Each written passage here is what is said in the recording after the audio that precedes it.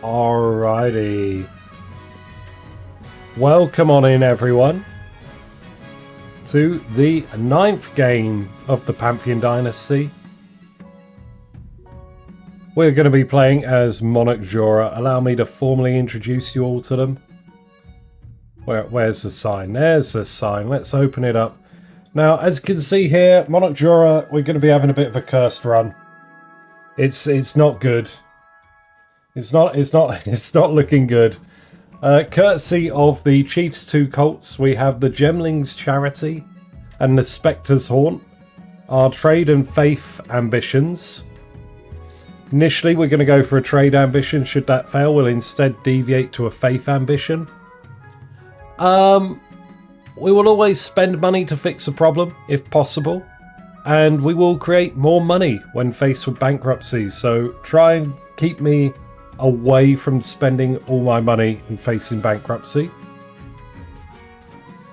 We will also never use the Inquisition to investigate or solve a problem, and prayer is a waste of time not to be engaged with. So we're never going to pray, and we're never going to send Inquisitors. And finally, we're a reformist. We are generally want to increase stability if we can. And we want to hash out a compromise where everybody's happy. And we like our commoners. We want to look after our commoners. That's the plan. That's the hope. The hope, the dream, the true ambition. As you can see here, currently as things stand, the Chiefs have no cult. Minting is the way. Minting is massive. We got a pursuit of a military cult from the Counts and a military cult from the Grandees. The Chiefs are sitting pretty. They've got 2 established cults. They ultimately want to knock farming or military down to 4 or less so they can start cults there as well. There we go. So welcome on in, everyone. With little else to say, let us begin. That's the setup. As always, be sure to do your own roleplay, respect the roleplay of others. And Giants at Large. Uh-oh. As we can see, the Chiefs are pretty much, they're big. Okay? They're big. Chiefs are biggie, big. They are crushing the competition right now.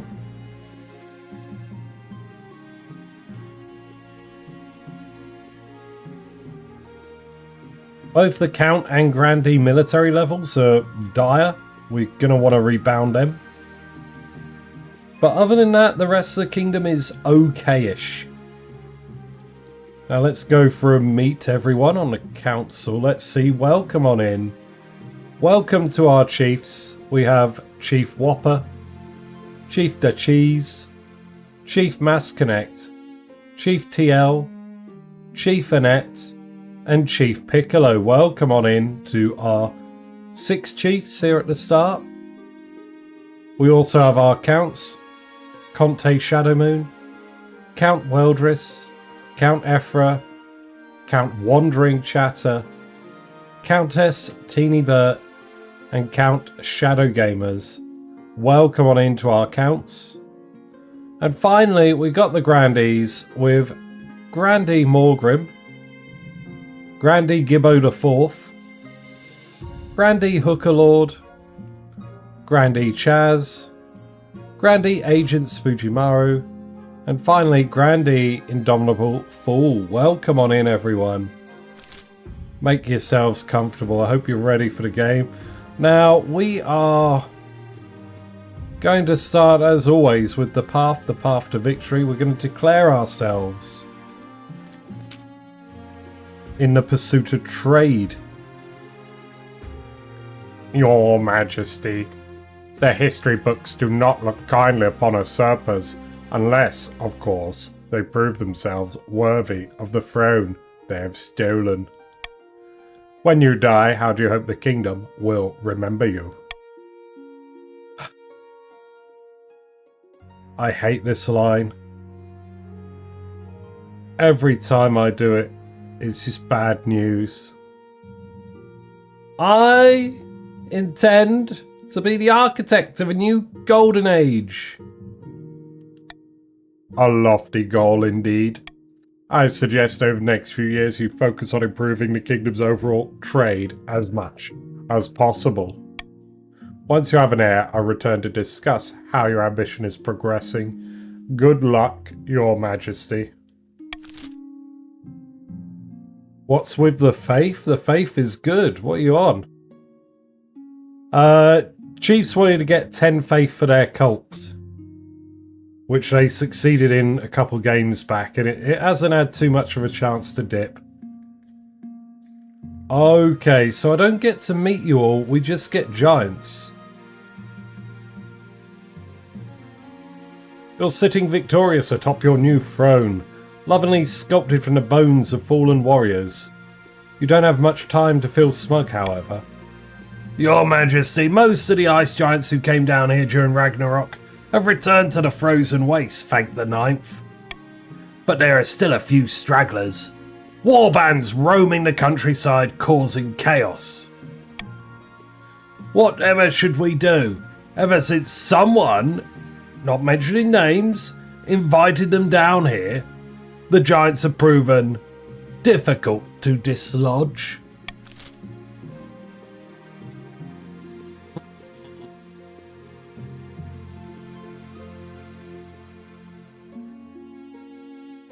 Ooh, we can recruit them.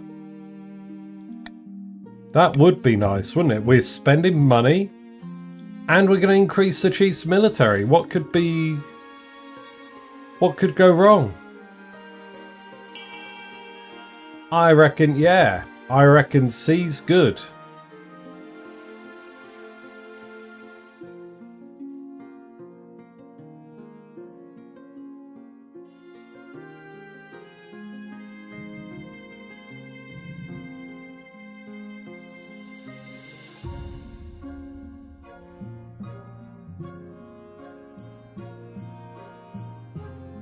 Okay, what is that? So we got 19 nobles. We got someone else join.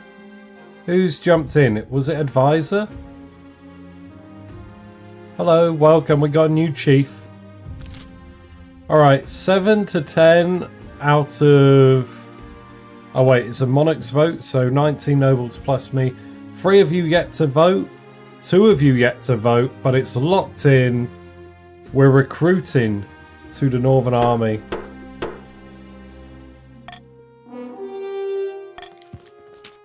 The chiefs have never fought alongside the giants before, but Ragnarok ushered in a new age of understanding. Not to mention a mutual hatred of the counts and grandees. After careful negotiations, the Northern Army welcomes some new plus-size members. The rest of the kingdom quakes in fear. Let them try to defy you now. Excellent. The monarch's broke. That's not a problem. We'll get more money. Your Majesty, you may have won the throne from Queen Helga, but you must still answer to the council. As is tradition, they will decide what happens at your coronation. What? But it's my coronation. This isn't an absolute monarchy, Your Majesty. Everything has to be run past the council vote, even this. Shall we call the nobles in?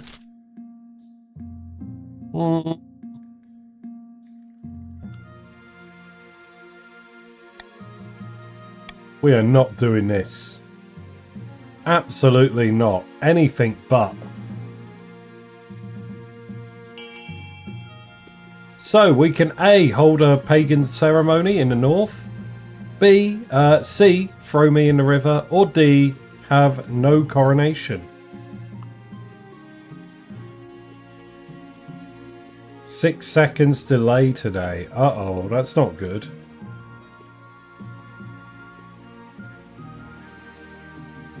Press at the levels of nobility that say we should give our rivals what they want to activate a curse.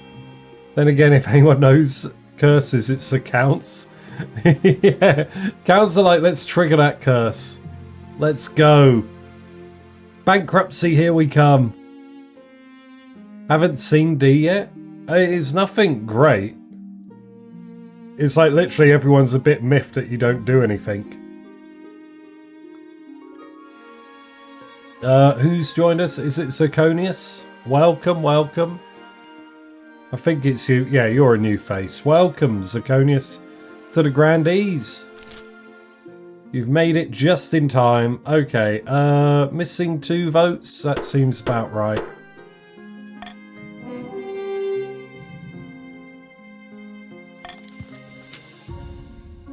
It is decided. The monarch will be thrown into the river. Okay. And so it begins. The nobles pick you up and carry you out to the Treadwater River, hurtling you into the shallow water with a cheer. When you climb back up the bank, soaking wet, the Chancellor steps forward to place the crown upon your head. Is it your imagination, or are some of the nobles stifling giggles? Name one thing that life has done for us. Organised religion.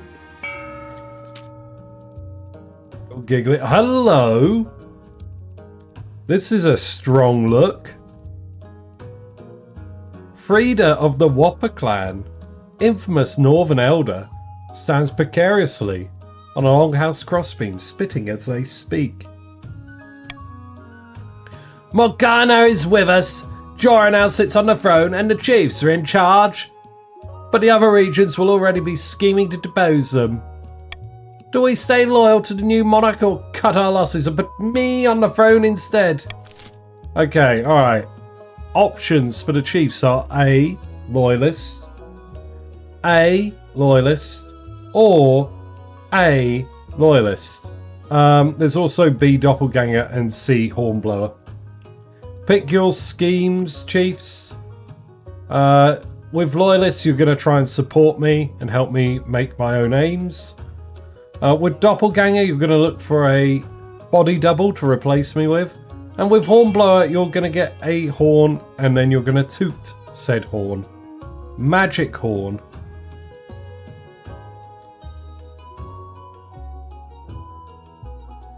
All loyalists so far? That's 5. Okay, I think there's, what, 7 of you? Even if the other 2 show up, it's locked in. So let's roll with that.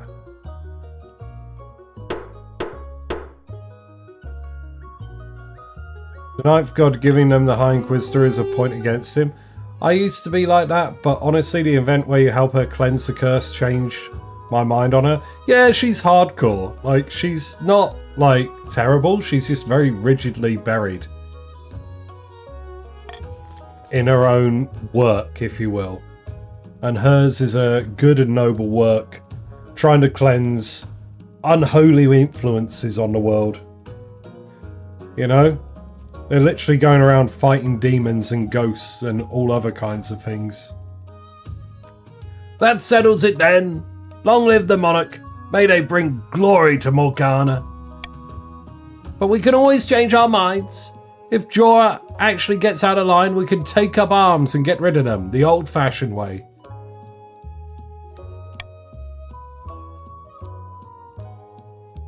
Think that unlike IRL, being a religious hard-ass is justified when demons they do exist in this setting, yes.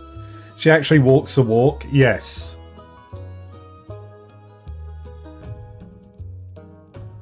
It's all good. The chief's goal is to aid the monarch by countering the other region's schemes as much as they can. They will win the game if the monarch produces an heir and completes their ambition. However, if defiance gets too high, they can still change their minds and rise up in rebellion. Archie's a bit of a joke character though, he's very corrupt. Hello? The peach coloured hair, look on top of the purple mantle. Oh, that's a good look. Zigana of the Wandering Chatter Dynasty, legendary Eastern Elder, leans delicately on a podium speaking in a melodious voice. My fellow counts, in ancient times the East was its own proud kingdom. We can bring back those days of glory, but not while the false monarch Jora wears the crown. With the Archbishop, it's notable when you bribe him and he turns to put money back into the church, like new stained glass windows. Yeah, I suppose, yes, it's true. He's like, you could buy forgiveness from the church. Alright, what are we going to do to the counts? Counts have got A, sorcery, B, subterfuge, or C, blood ritual. With sorcery, you're going to make a deal with a wizard. Try and supplant the throne that way. With subterfuge, you're going to try and undermine my most loyal inner council and replace them with counts. And with blood ritual, you're going to gather what you need to summon a demon into the real world and really give the High Inquisitor something to do. In fact, this would probably be peak, as we're ignoring the High Inquisitor 100% at the minute. The moment the crown ceases to care about demons, demons show up. Alright, we got 4-1. And there's only 6 of you, so one count hasn't voted, but it's pretty locked in. Thank you, Ephra, for trying to bring Pestia into the game.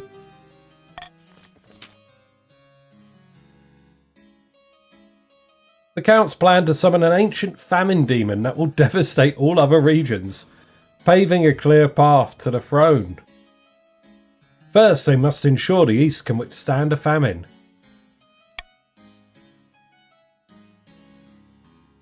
But giving the Inquisition some enrichment, you're ruining a perfectly good kingdom. That's what you're doing. Look at that. It's got a famine demons everywhere. No one wants Pestia nowadays. She's Thrifty's wife. She's Pestia Vestia. The best wizard in the game. To advance their scheme, the Counts must be the region with the highest farming in 4 seasons. Ooh.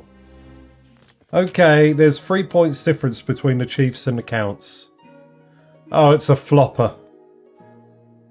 Rays of the Chaz lineage. Charlie's Waffletails lineage, sorry. Infamous Southern Mischief Maker stands bathed in sunshine, droning on as if in a daze. A false pretender occupies the throne while my claim is ignored. Grandees of the South, this is a stain upon our honour. We must not allow it to go unanswered. Alright, Grandees, what's it gonna be? Intimidation, uprising, or fervour? So with intimidation, you're gonna try and infiltrate the palace to scare me. With uprising, you're gonna rely on a peasant revolt. And with fervour, it's religious sentiments boiling over into a miracle or a crusade. Oh damn, okay, everyone's voted and we got a split between B and C. Okay, coin toss everyone, will it be B uprising or C fervour? Fervour it is! The Grandee Claimant Rays has been chosen by the Ninth God to be the next monarch. They have promised the first miracle, food for all. To advance their scheme, the Grandees must raise their farming to 5 or more in 4 seasons. Oh my god, it's all farming. Alright, so. Frida and the Chiefs of the North, my distant cousin in the North. The Chiefs are staying loyal to me, and as such they want to help me rebuild the trade. For Umber, says the chat. Zigana, our ambitious vassal in the east, is looking to make sure the Counts have the highest farming. They currently have 5. The Chiefs have 8, so they need to flip these numbers somehow. They have 4 seasons before it's going to be checked. And raise another bastard offshoot in the south. The Grandees are pursuing the fervour scheme, and to start off with, they want to make sure their own farming is 5 or more in 4 seasons. They're currently at 4. They need to find 1 point of farming. So a lot of playing around with the farming.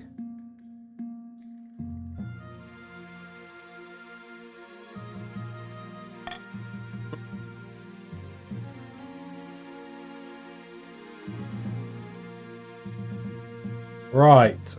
I don't know. Oh, call for unity. Yeah, we like stability. Horror in the east. Bankruptcy looms. Let's deal with the horror in the east and then do the bankruptcy. Your Majesty, a monster has been stalking my farms at night, smashing down the doors of cottages and feasting on the peasants inside. Sounds ghastly. Only if you have seen the beast and lived to tell the tale. The survivors tell a garbled story about gleaming fangs amid a mountain of blood-soaked fur.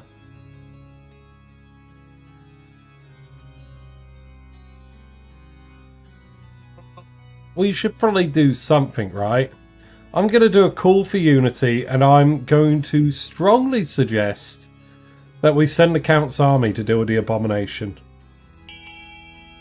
There we are. Sumpy, welcome on in. There you are. You're in the Chiefs again.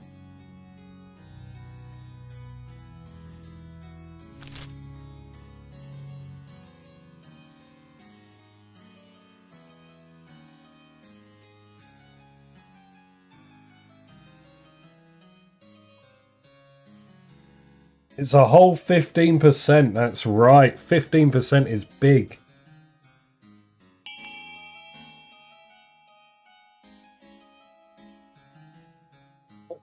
Alrighty, what are we looking at? 12 to 4, 13 to 4. 4 people yet to vote. But I think it's pretty much locked in now.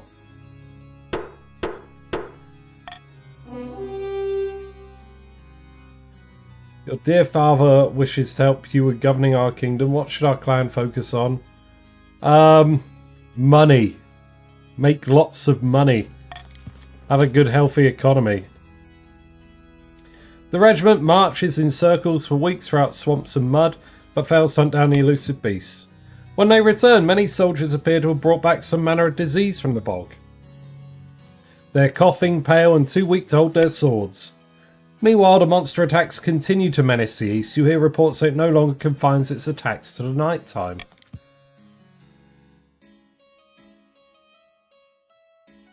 Soon peasants are too afraid to tend their crops, which lie rotting in the fields.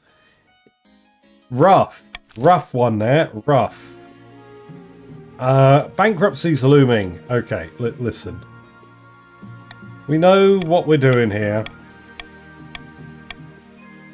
We own the Royal Mint. Let there be money. The Royal Mint begins churning out new coins, allowing you to pay off several old debts. Fantastic, we have fixed it. We have fixed the economy, everyone. One evening you're sitting up in bed, reading some paperwork when a filth-encrusted peasant wanders into your bedchamber, bold as brass. Hello, your Madge, glad I finally found you. This place is a bloody maze, it is. Mind if I take a seat? Who are you exactly? Oh, me? My name's Quacking Tony, your Madge. Pleased to finally meet ya.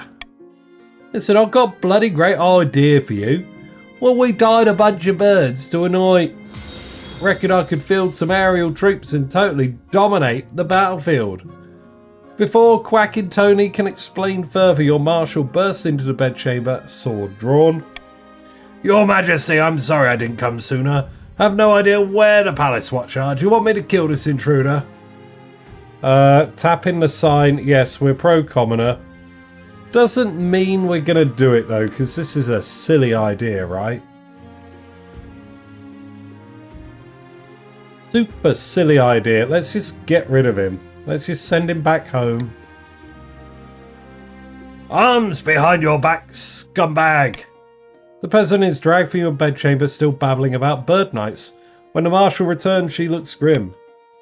If one thing's clear from this mess, it's that you need an honour guard who can actually keep you safe. Not like the pathetic watch. Think carefully, Your Majesty. These guards' loyalties will be divided between you and their region. Of course, you could just hire foreign mercenaries. They'd be loyal to coin above all.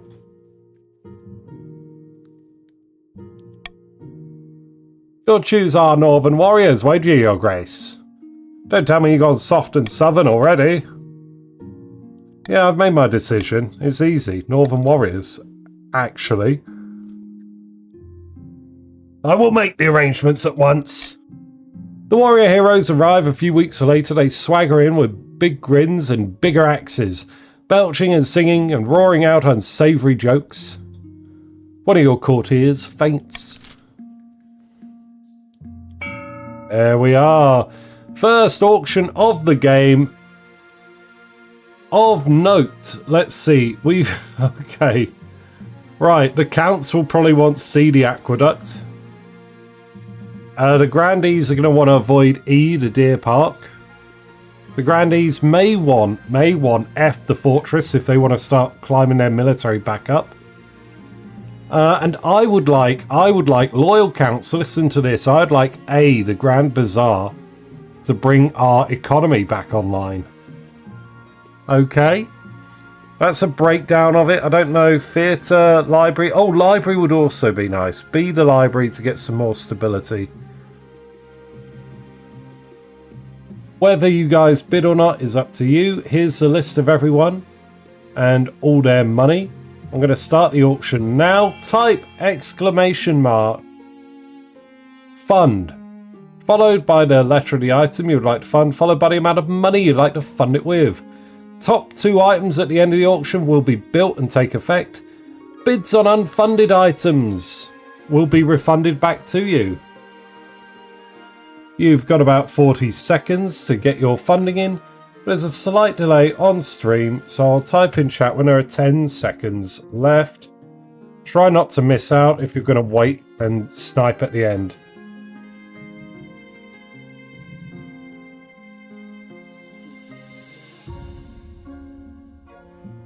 What we got here?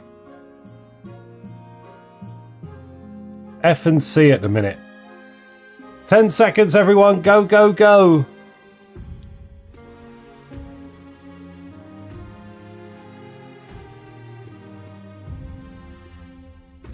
F and C, Aqueduct and Fortress. Very good. Good job, Morgan. Umbo is happy. The lag is huge. Yeah, it has been for a while, apparently. I don't know how bad it is for everyone. I think it's only a few people that have it bad, so I'm sorry about that.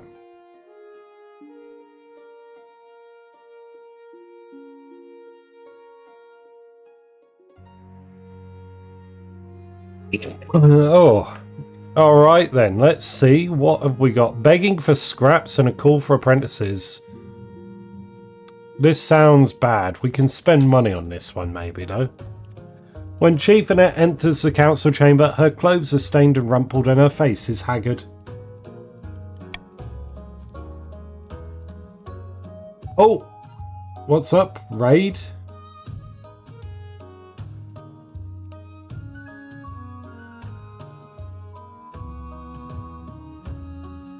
Last time I was good until I got kicked out 3 times and was like half a minute behind.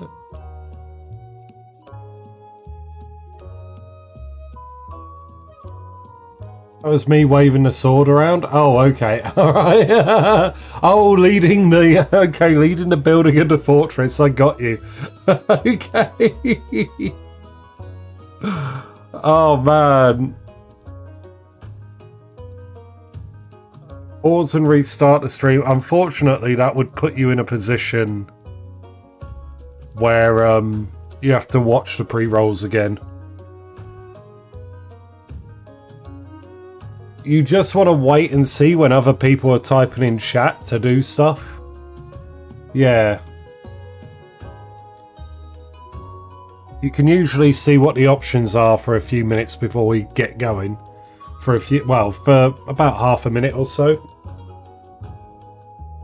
Pausing doesn't give you pre-rolls, refreshing does. Oh, okay. So pause and restart will reset it back to where it currently is meant to be. Okay. Alright, so if you are having trouble with a long delay, pause the stream, press play again, and it should bring you back up to speed. I don't know what's causing it. I never used to have this problem. But it was bad last week, if I remember right. Anyway. I hesitated before coming here, Your Greatness, but I had no choice. Yes, Annette. What has happened? Unfortunately, the snows have left my lands barren. I'm utterly penniless. I beg for whatever spare coin the council can give.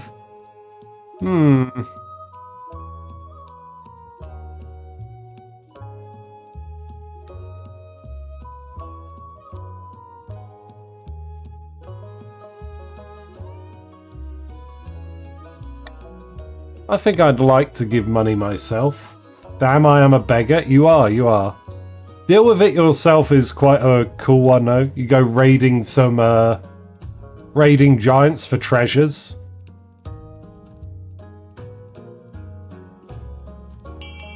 Strongest region asking for help, the fuck? Yeah. Pretty much.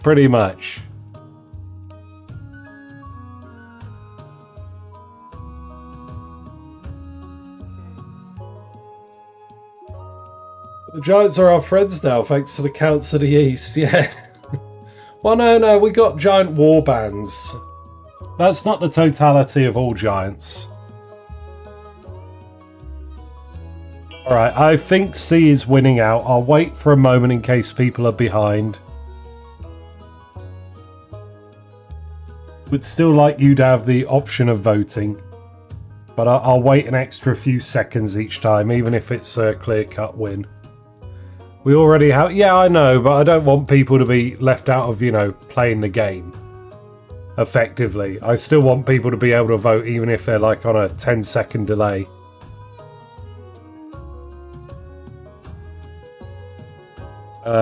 Okay.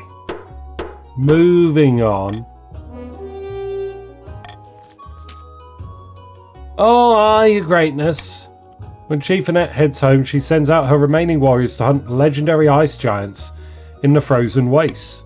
They return triumphantly with a massive carcass, and the other clans shower Chief Annette with gifts in hearty celebration. Oh, okay, cool. You killed a giant and everyone's giving you money. Cool. Very cool. Dreadful tidings, Your Holiness. A meddling wizard has set up shop in Calavone. I believe it's Pestia, Lady of Pestilence. Ooh. Tell me more about this wizard. Wizards have managed to tame creation itself. They wield untold power and are naturally distrusted by the church. Even the High Inquisitor wouldn't dare move against them openly. Pestia has influence over plagues, diseases, insects, and other horrid things like that. She's put out a call for new apprentices, which is a rare event. This is a once-in-a-lifetime opportunity for many. Droves of unwashed, glory-seeking knaves from all over the south are lining up for the chance. Not just peasants. I, Shadow Gamers, have also decided to apply. The competition will be fierce, but those peasants are no match. I will be the most powerful noble this council has ever seen. Nice stash, yeah, we are a fan of the stash. You couldn't put your clothes on if it wasn't for your servant's help. We can't let this go ahead. Not only is it heresy, it presents a clear and dangerous conflict of interest. Then we shall assemble the council. Knife bless you, Your Holiness.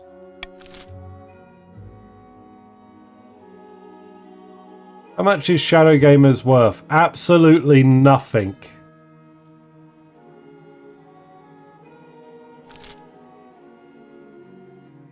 So we could do B. There would be no exchange of money, and everyone would be happy, right?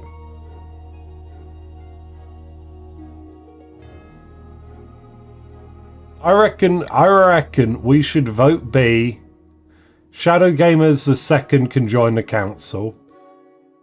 It wouldn't change anything for Shadow Gamers. They wouldn't lose any money. And nobody would gain defiance.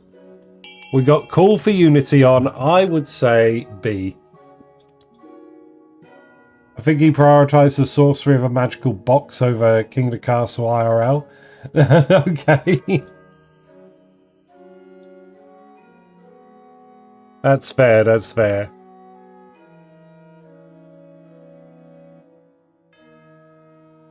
Oh, we're leaning towards either A or B. Oh no, B's inching out now. B is thoroughly in the lead. We're looking good there. 12 votes out of 21. 9 of you have yet to vote, so I'll hang around for a bit. 13, 14 votes now.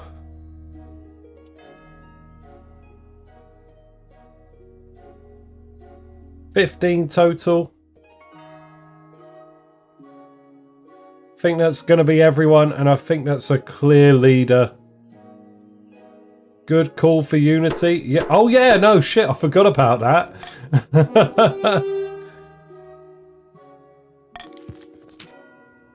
I suppose it's an acceptable compromise. Shadow Gamers begins his journey to Calavone immediately. His successor, Count Shadow Gamers II, inherits his position on the council, but the Treasury confiscates the vast majority of his wealth as payment. Salutes in chat, everyone. We got our first noble leaving the council. Kill count climbs to number 1.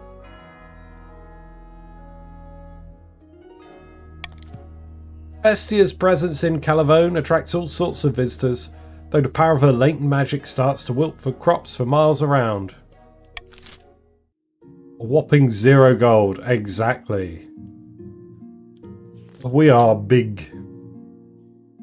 Your Majesty, it is important that you find a spouse sooner rather than later.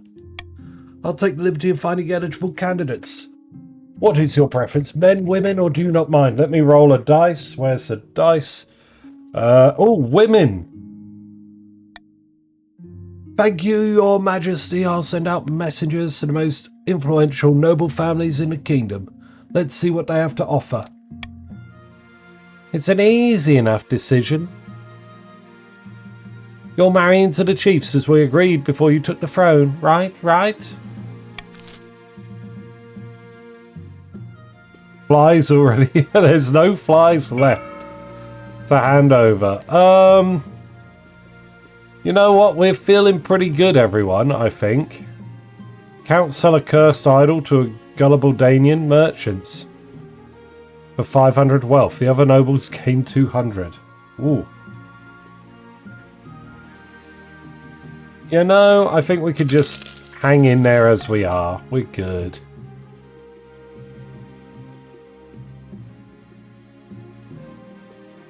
The true monster was taxes all along. Help us, Your Majesty, help us. Chief Piccolo of the North has been bleeding us dry, as... Dad, why? Not literally, I hope. No, I'm making use of a common idiom, Your Madge. Our taxes are 10 times higher than they've ever been. I can't afford to feed my cows. It's true, Your Majesty. Chief Piccolo has been taxing his peasants at least twice as much as the next highest noble. It's been a hard year, Your Highness. I have barely any gold in my vault. I'm just doing what I can to stay afloat.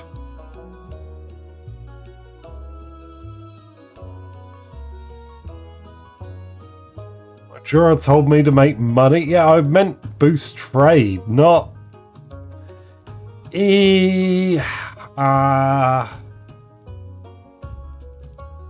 God damn, this is tough. Because we are family, but at the same time...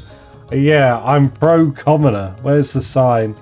We like the commoners. What about the poor peasant's cow? Did you consider that? A pox on the stupid cows. Let's see what the council thinks of this. Okay.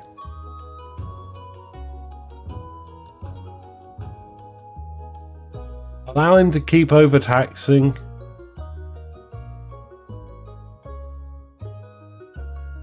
Well, we don't want to put Piccolo in the dungeon.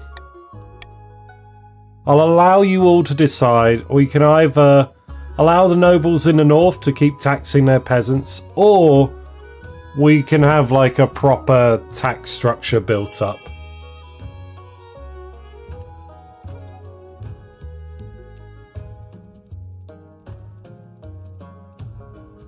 Quick question, have you ever thought of a dynasty of everyone being randomly sorted into nobles each week? No, and that sounds awful. That sounds like A, a lot of work, and B, people wouldn't... Because people get attached to their region and their nobles. I think that would play against it a fair bit. Like, I wouldn't really want to do that. Oh my god, this is actually quite close. Didn't expect it to be this this tightly contested. That's what, 16 votes? So it's like, what, 5 of you left to vote if you're about? But I think that's going to be everyone. Curse you, grandees, we're going to tax the north.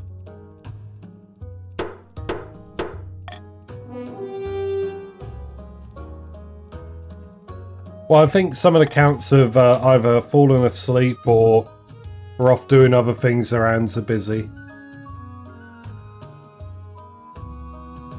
So help me, Chaz. If I get yellow, exactly, yeah, I wouldn't do that because I think it would upset the flow of the game. By the old gods, tax collection has been our duty since the days of old. Why should the rest of us be punished because of Chief Piccolo's mistakes? Royal tax collectors prove to be diligent and efficient, but the chiefs are outraged at the implication they cannot be trusted. There we go.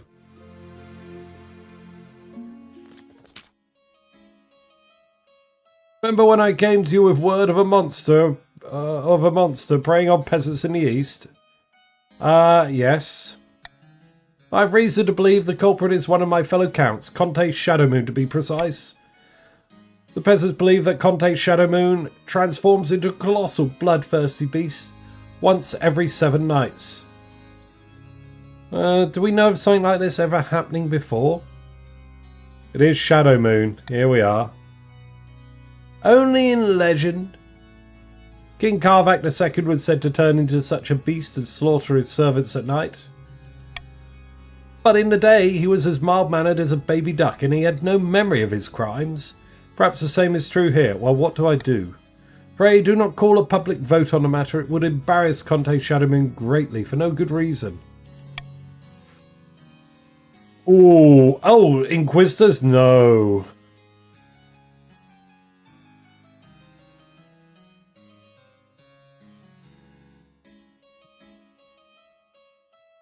Ma, perish the thought, do you know who my father is? I'll send a message to Conte Shadowmoon asking them to control themselves. This sounds good, right? You receive a reply from Conte Shadowmoon before the week is out. I can only apologise for my indiscretions. From now on I will confine myself to the dungeon when I experience my little episodes. I appreciate you handling this matter privately. The dozens of murdered peasants would probably not call this justice. Yeah, I kind of actually let down the peasants, didn't I?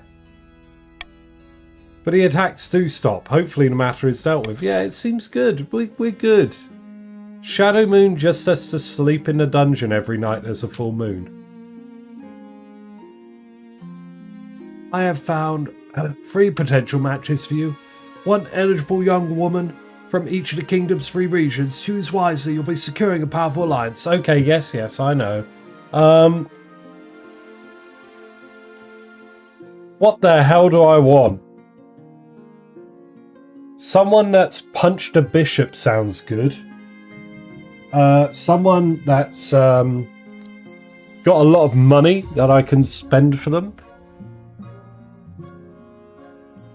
Somebody that's popular with the commoners. I think that about covers it. Chancellor leads you to the Great Hall where they've arranged 3 portraits on easels. For now, each is covered by a cloth. Alright, let's see the eligible bachelorettes. They whisk away the cloth from the first portrait. This is Oddhella, firstborn daughter of the Northern Duchies clan.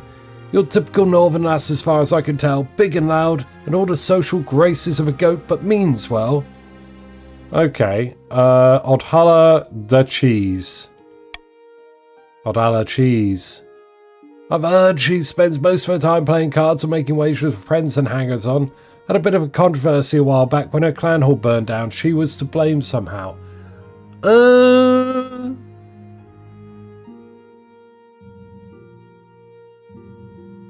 Leaning mildly against her, I'm afraid to cheese. This is Valentina, holy Christ.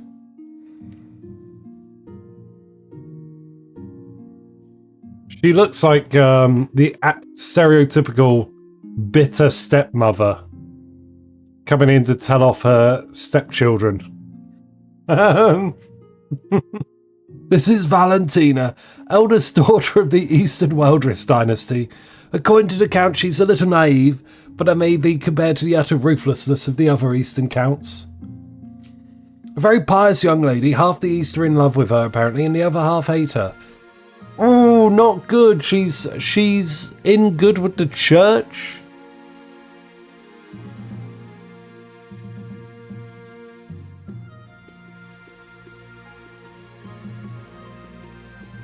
I think she's... I kind of... no, leaning against her. Leaning against her. And finally, from the south, we have Ophelia, eldest daughter of the Gibbo Nexus lineage. Reputed to have an ego the size of the sun, but there's nothing wrong with confidence, right? She's a savvy businesswoman who had success in the spike trade. Unfortunately, she lacks a common touch. The peasants have some terrible nicknames for her. I think it's going to be you. Because the savvy businesswoman is a plus. The peasants not liking her is a negative. But it's a bit of a wash and the others are vaguely negative. What do you think? Of course, by picking a candidate, you'll anger the other regions. But you'll gain a lifelong alliance. The spice must flow? Yes.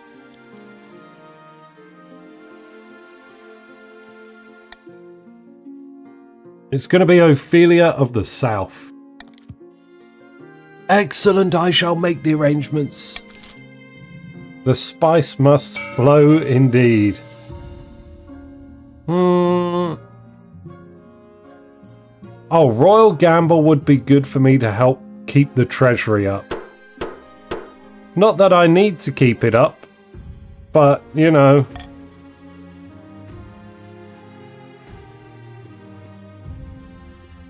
Okay. Wizardly meddling. Let's deal with hyperinflation first.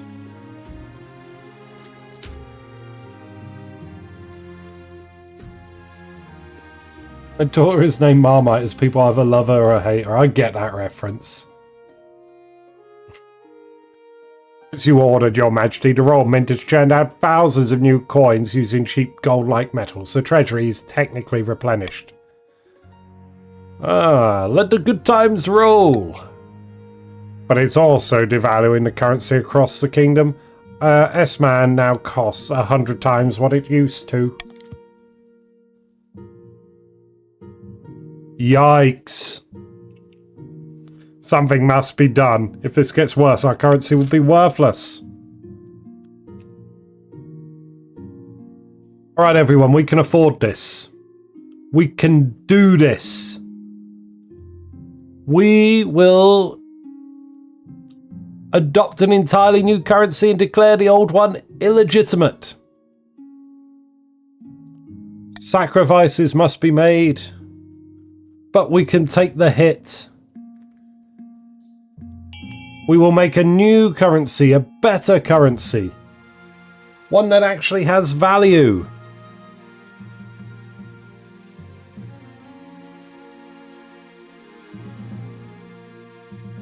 Oh, yikes, okay.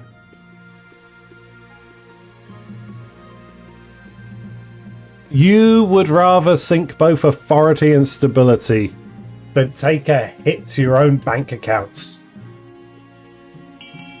Damn you.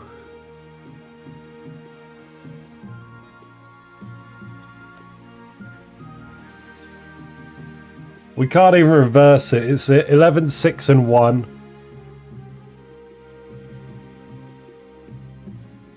Well, 12. Would you rather have $1 or $2? It's true. Okay, I guess. We are nobles after all. How could you do this? Do you not think about the good of the realm?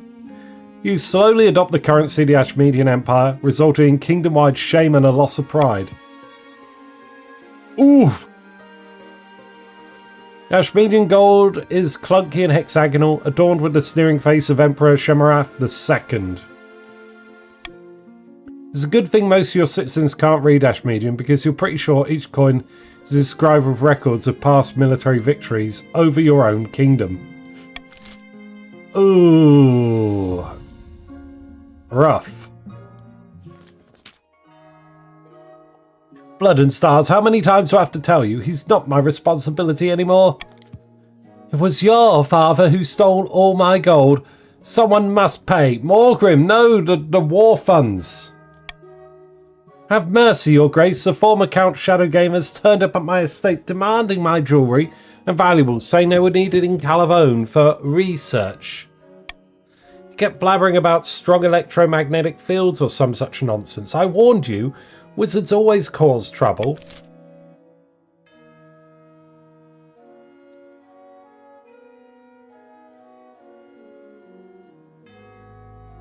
Well, wealth to the Shadow Gamers being broke saves them again.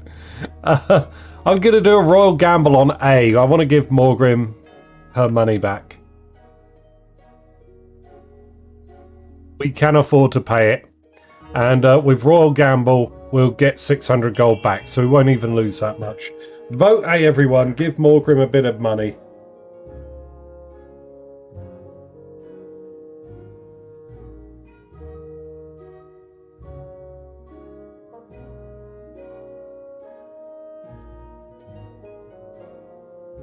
What is euro and sterling? You want £1 sterling or €1? Pound sterling is the currency of the UK. You know, real money. Think. She continues to grumble as she scoops your gold into a pouch. Her words prove right, as more grandees are soon deprived of their valuables. Chickens, cigars, family heirlooms, a few prized hogs, all in the name of progress. Also Shadow Gamers claims.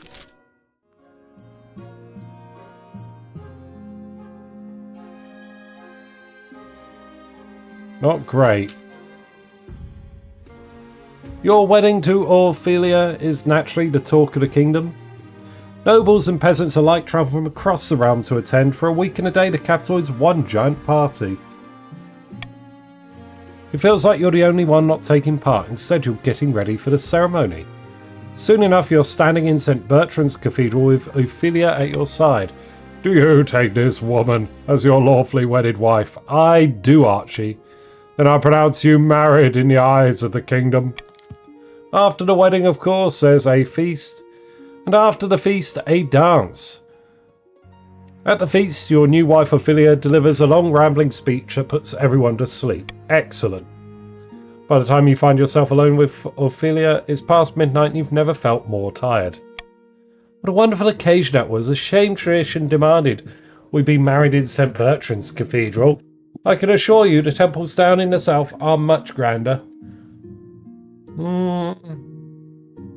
You'd better get used to life in the capital. I suppose I'd better. Tell me something you're passionate about. I spend most of my time making absolute bank, hand over fist. I'm very wealthy now, and it's all because of my hard work, other than those small loans from my parents. Oh, that's really interesting, dear. It is, isn't it? Anyway, to continue on the subject, you gently fall asleep to the sound of Ophelia droning on about herself. I thought the UK uses monopoly money. They're so colourful. Yes, that's it. That's how things be sometimes. Small loan of $1 million. Yeah, just a small loan. Late at night. You should see the Aussie banknotes. I'll look it up after stream.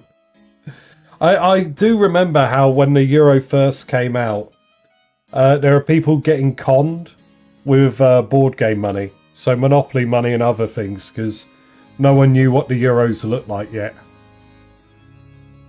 Late at night, two counts meet in an ancient stone cemetery to discuss their schemes against the Monarch. Our grain stores are looking decidedly mediocre. We need to stock up, so when the famine comes, we can outlast the others. The Count's aim is to have the highest farming. The prophesized Ninth Herald has finally manifested on Celeste Ave, taking the form of a humble noble known as Rays, who hails from farming town in the southern hills. Or so the grandees claim. Rays is making strides feeding the common folk, but it won't be enough at this rate. You're right. They promise a cornucopia for the people, but so far the harvest has been lacking. If Rays can't deliver a miracle, we'll have to. The grandee's aim is to raise farming to at least 5. Have I managed to block both schemes with my financial illiteracy? Did the failing economy save me from people having food? Alright. Oh, let's have a look at this. Oh wow, that's really like nice pastel-y colours.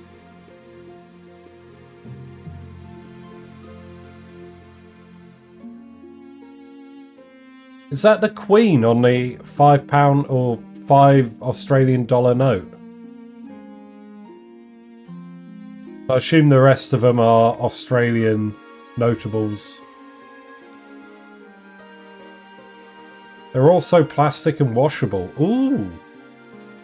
You mean I won't destroy it when it's accidentally left in my pocket? And chucked in the washing machine. Yep, that's the Queen Liz. Yeah.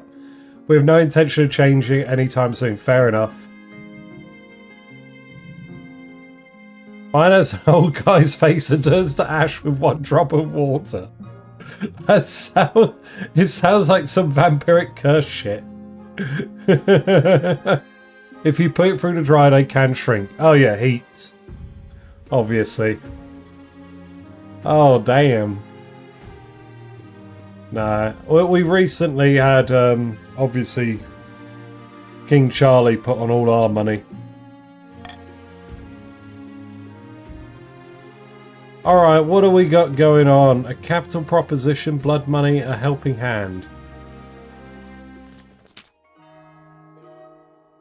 Jora, I had something I wanted to ask of you. What can I do for you? As you surely know, I run a very successful textile mill back home in the south. But the current laws are a little restrictive for my trade. Lots of tariffs and regulations. You know how it is. I was hoping you could push for some changes in the council. Eliminate some of the working regulations for southern textile mills, perhaps. Okay, yeah, we'll try. Yeah, I think it's only fair. The other regions just can't compete with us in the textile trade anyway.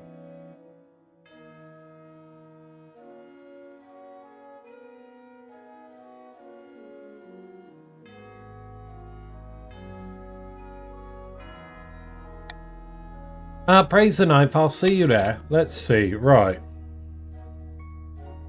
Ooh. Alright, we all want to support my wife, right? We're all on Team Wife. Team Spice, right? We want the extra trade. Let's go. Vote A, please. A for Spice Maxing.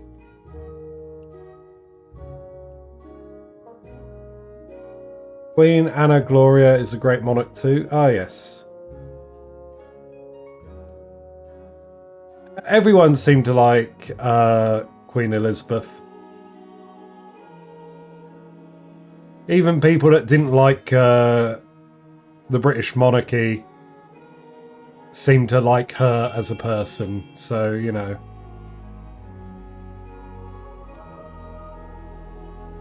She was a good woman. Bless her.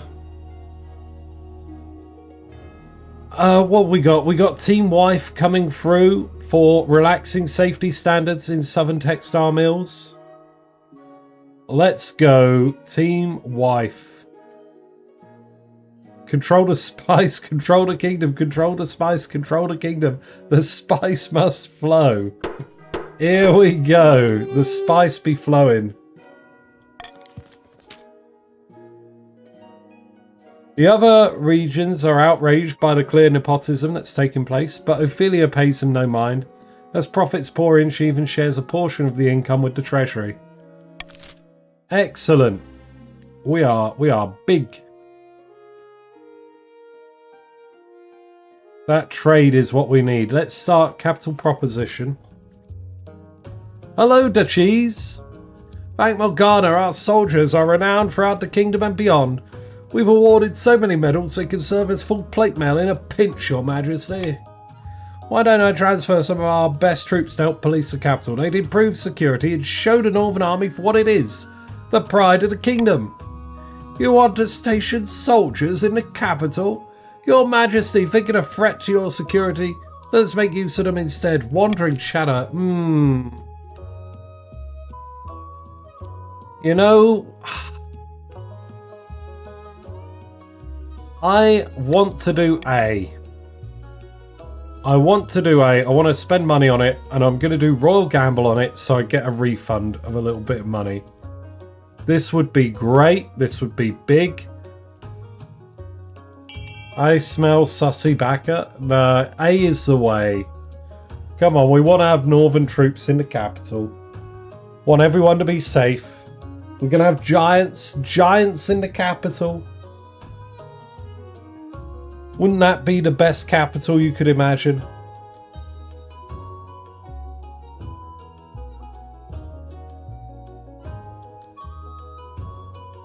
So having them help out the counts instead is funny. Because it would upset the counts farming even more.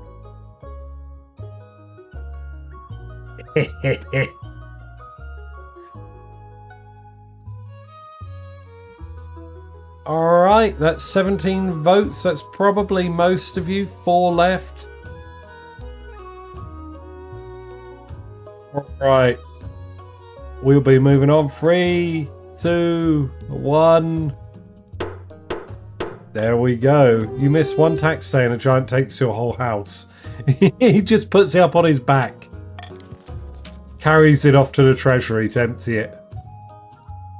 The chiefs are delighted and praise your name throughout the north and to anyone who will visit.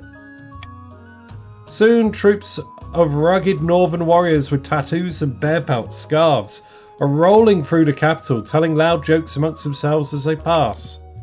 The other nobles aren't so pleased. Seeing soldiers in northern uniforms on the streets makes them very nervous.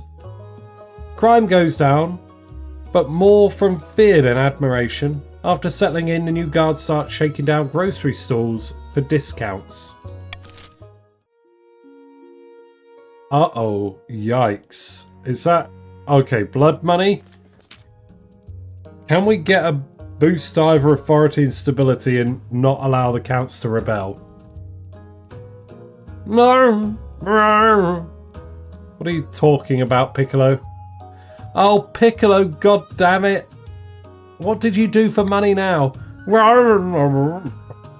Absolutely nothing is wrong. Nothing is wrong in the north. Things must have changed.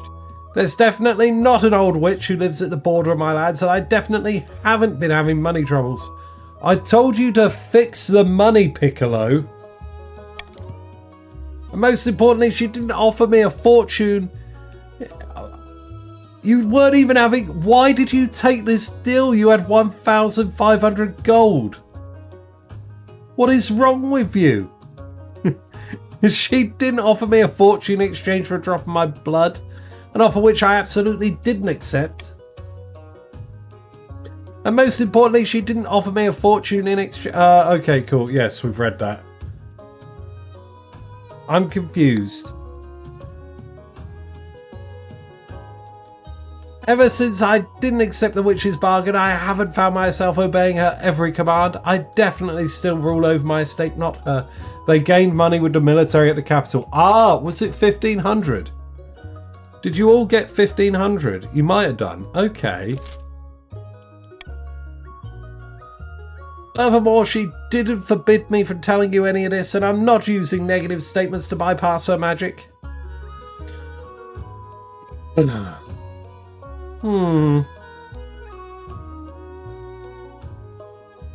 Let's fetch the court physician and see if we can lift your curse. After a week confined to a cold iron box with nothing to eat but salt, the magic stops affecting Chief Piccolo so strongly. He's even able to talk about his ordeal directly. I've always tolerated the bloody witch. She'd sell medicine to the peasants and help them find lost sheep. I never suspected she was capable of something like this. We need to call a vote. Send a regiment to take back my stolen lands.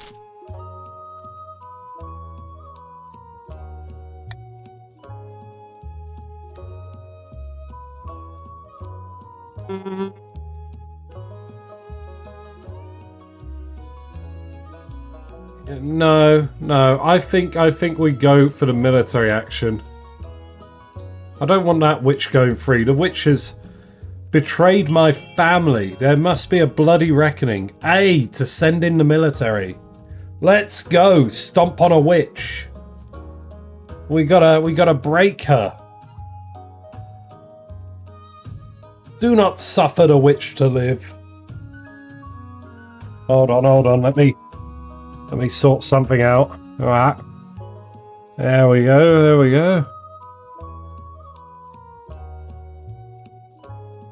There we go. Yes, suffer not the witch to live.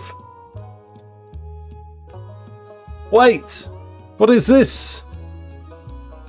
You're gonna abandon my family to the witch? My God, why would you do such a thing? Okay. Currently tied at 7-7. Gonna do a final countdown. 3, 2, 1. Your vote didn't go through. Re-vote it. There we are. Hates the Inquisition. Quotes them anyway. Simple as. Perhaps there's hope for Jora yet. I mean, it's when the witch is meddling with my own flesh and blood. It's like, what are we doing? Hold on, let me get the crown back. Oh, don't know what came over me. There we are.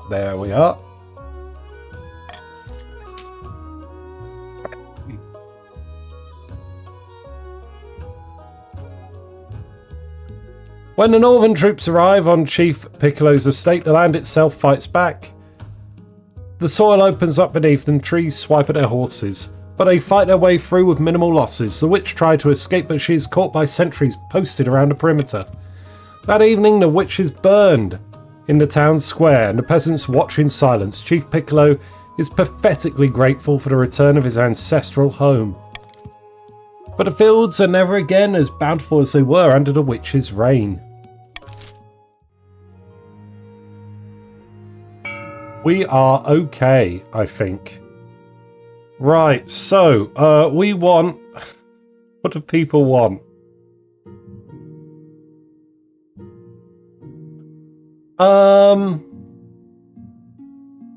The counts are going to want C, the aqueduct, to boost their own farming. And I would appreciate B, the monument, in order to stall out the counts being able to rebel. And A, the Grand Bazaar, will help boost our trade. So I think it'll be A, B and C are all pretty big. I don't think there's any appetite for the rest of these. Here's the list of everyone and their money. Who's joined us? Was it Nilawa? Welcome on in, Nilawa. I think it was you. Yes. Welcome back to the counts. We're going to start the auction now. Type !fund, followed by the letter of the item you would like to fund, followed by the amount of money you'd like to fund it with. The top 2 items at the end of the auction will be built and take effect. Bids on unfunded items will be refunded back to you. You've got about 40 seconds to get your funding in, but there's a slight delay on stream. Well, a massive delay for some of you. So I'll type in chat when there are 10 seconds left. Try not to miss out.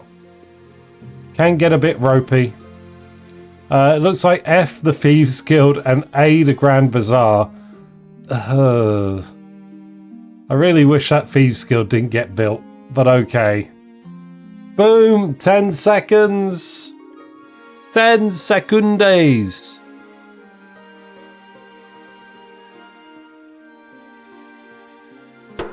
E and A was that? Oh no. Daz, what are you doing to the Grandee's military? Why would you do that? Oh,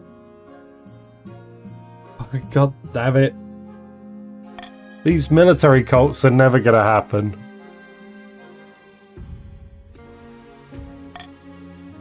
Alright, counts may rebel. They have one military.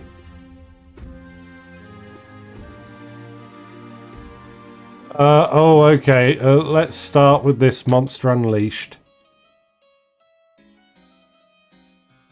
It's a day like any other. You're sitting in the council hall listening to your nobles argue about something or other. In today's session is getting particularly heated. By the 9th, my good Conte, you must understand my position. We simply cannot lower tariffs. Oh, indomitable fool. Terribly sorry. Your profiteering ways will leave me penniless. Penniless, oh dear. Get away from me. I feel faint. Oh. Good grief, they're having a heart attack. I have half a mind to... Oh, two. Ow! Before the astonished eyes of the council, Conte Shadowmoon's flesh ripples and bulges, jet black hair spreads across their body, huge gleaming claws sprout from their fingers. With incredible speed, Conte Shadowmoon pounces upon the Grandee Indomitable Fool and clamps her jaws on the screaming Grandee's throat. Blood sprays across the faces of the rest of the council. Shock gives way to panic when the monster turns its glowing eyes their way. The council hall fills with shrieks and blubbering. Salutes in chat. Indomitable Fool the First has died. Indomitable Fool the Second will join the council. Where is the kill count? Kill count is now 2.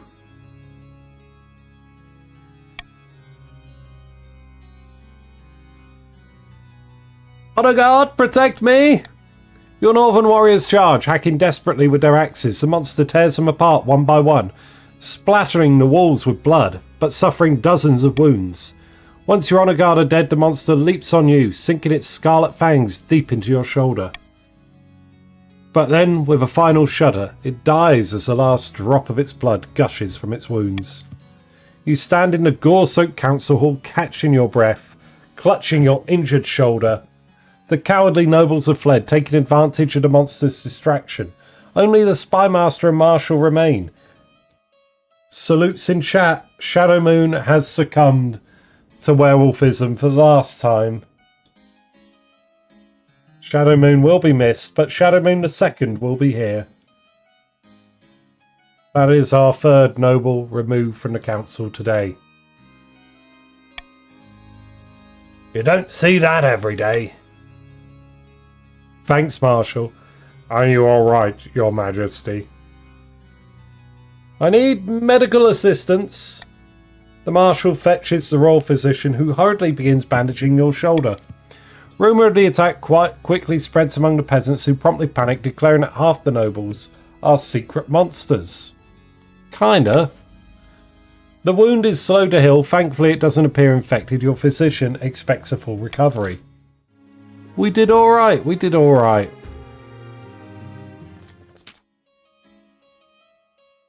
Your Grace, heed my plea. Great tragedy of our time has befallen the East. Someone died? Worse than that, I fear. An order of once great knights has fallen into disrepute. It's the order of the Gossamer Shield, Your Majesty.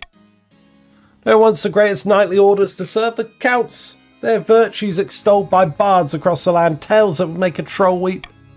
But they've been brought low. They're working as glorified bounty hunters for the South. This is a stain on our honour. Nonsense. Our military has suffered some setbacks recently, so we hired Gossamer Security to keep order for a pretty penny, I might add. Gossamer Security has been solving the problems we want solved and kicking the buttocks we want kicked. Blood and Stars, Gossamer Security. How has it come to this? These are knights, not mercenaries. They need reminding of a little thing called chivalry. Please, Your Highness, I beg the council, be reasonable.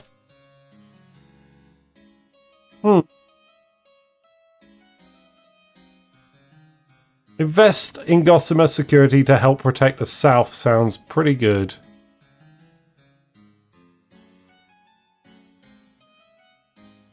I mean, anything but A is good. I'd like B. B is best, I think.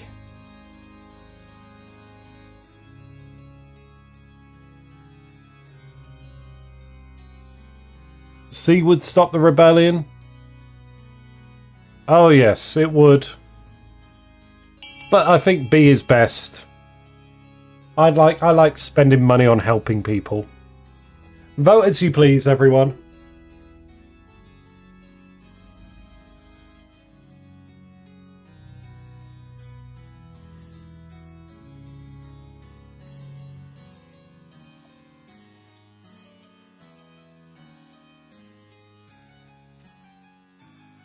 Time to bankrupt the Monarch. Oh my god, it will be another bankruptcy. And I can't print money. Tragic. Blood and Stars, this is an insult to the culture and heritage of the East. The Grandees are pleased to have retained Gossamer Security's help in keeping the peace. They praise your wise judgment. There we go. We're all good. About your heir. Your marriage to Ophelia has grown strong and steady like an old castle wall. Though it began as a political arrangement, it's blossomed into something like love. Ooh, just like love. Love light. It's high time you thought about an heir. Congratulations are in order. The royal wedding was a magnificent affair. But something's still missing. You need an heir. You need someone young whose loyalty is assured. A child of your own would do the trick even if they're a bastard or the youngest of your many cousins. My wife and I will have a child together, don't worry. Ah, the traditional method. No one will object to that. I'll arrange for you to take a month off from ruling so you can, get down to business. No bastards. No bastards. Me and my wife can do a proper job, thank you. Did someone join? I feel like 22 is... Oh, I think I've said hello to everyone there. Alright, counts are going to be rebelling.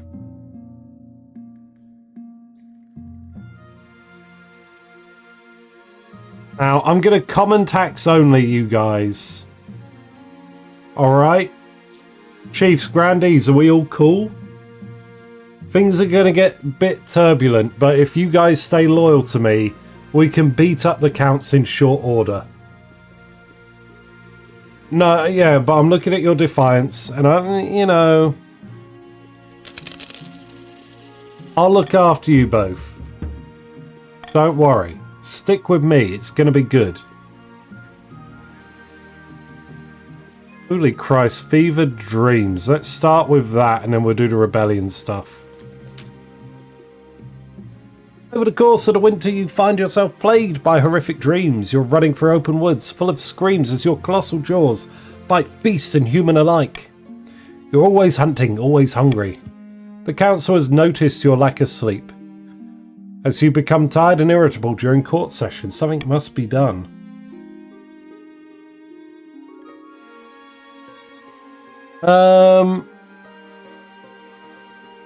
Witches are bad.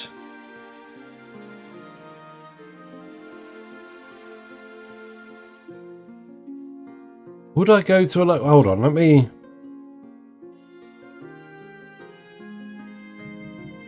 What would I do?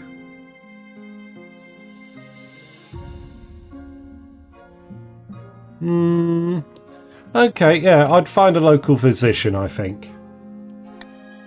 You send for a university-trained physician who goes through the usual remedies. She's helpful and kind, but nothing works. She refers you to a controversial professor at the university who specialises in the study of dreams, and something he calls the apiary. He will speak with you soon. They are, but we just had a bad relationship with a witch. Weldris.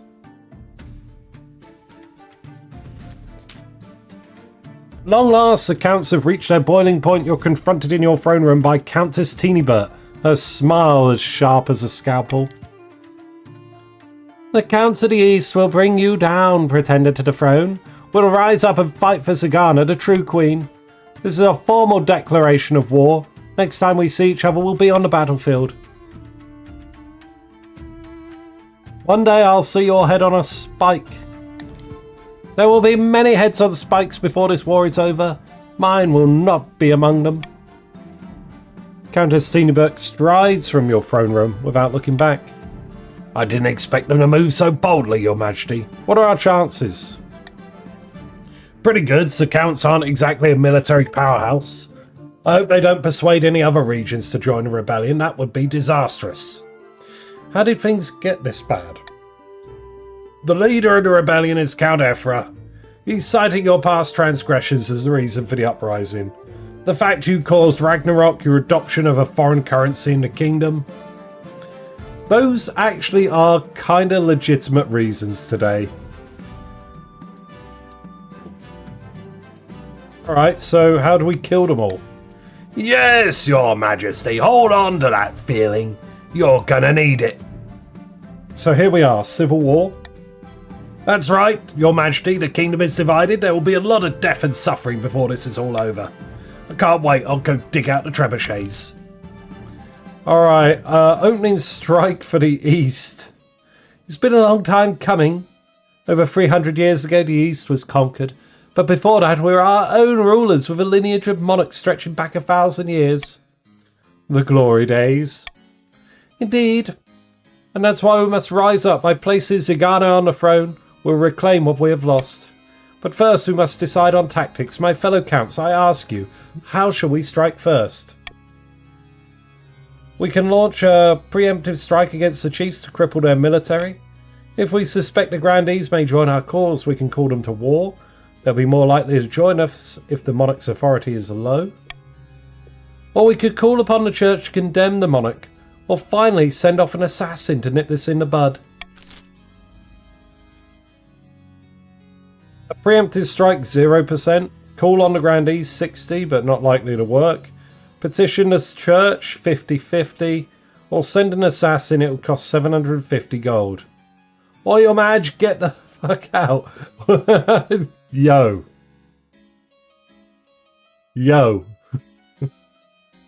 Speak with a little respect to me, okay? We are going to absolutely rip you apart in this war. Thank you for meeting me at such short notice. Yes, Nilawa. The sum you offered piqued my interest. You understand why the sum is so high, though? Yes, you want me to assassinate the monarch. It is no trouble. I'm a child of the Viper. If you have the gold and you want a person dead, they are dead. Get it done.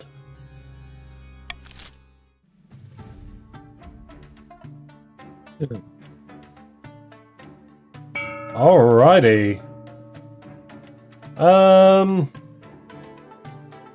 I'm thinking we're good. Everyone's locked in. Right, a little overbearing, something's wrong. A great battle. What's a little overbearing? Your Highness, ugly business from the south. Gossamer security is protecting us well enough. But... Lately they've been throwing their weight around, demanding higher wages, beating up peasants, hunting on protecting lands. As soon as we say anything, they claim the only thing shielding the grandees from danger. Worst thing is, they're probably right. Oh.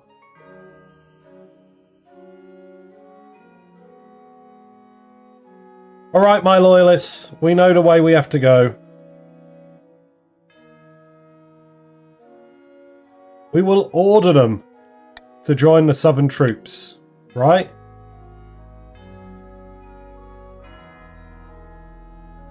If we leave them to their business, they'll hurt everything. Wait, hold on.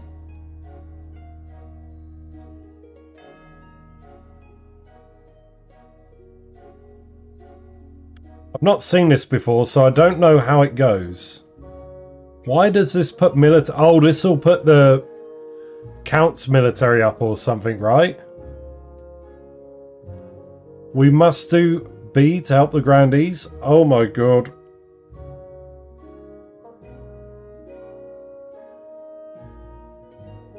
I'm thinking one of these will result in them returning to the Counts.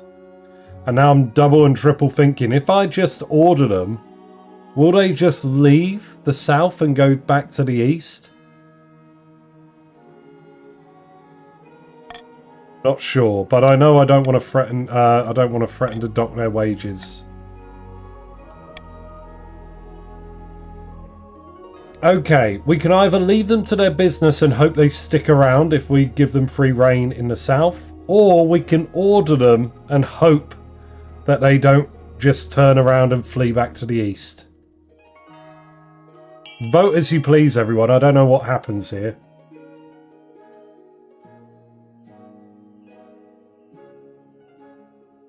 Looks like we're going to order them. I don't know if that's going to work.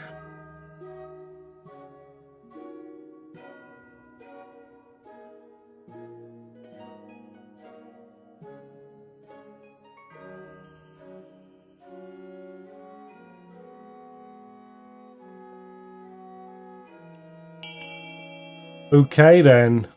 No purple votes. Yeah, you're rebelling. Let's see. Let's see what happens.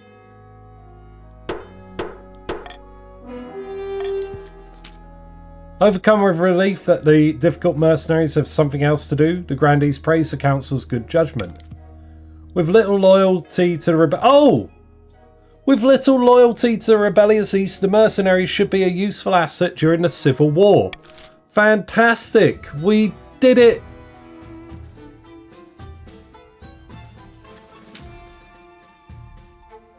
It's an afternoon like any other. You're sitting atop your throne listening to the petitions of the common folk. A merchant is droning on about the number of beggars in the capital's main square.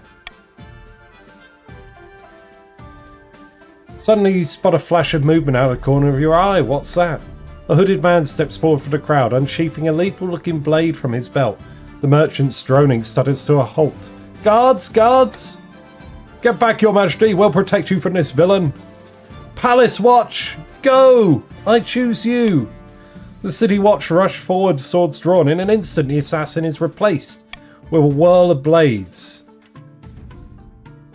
Your guards fall to the ground. As the assassin flings a blade, your life flashes before your eyes. You could really die here. Duck!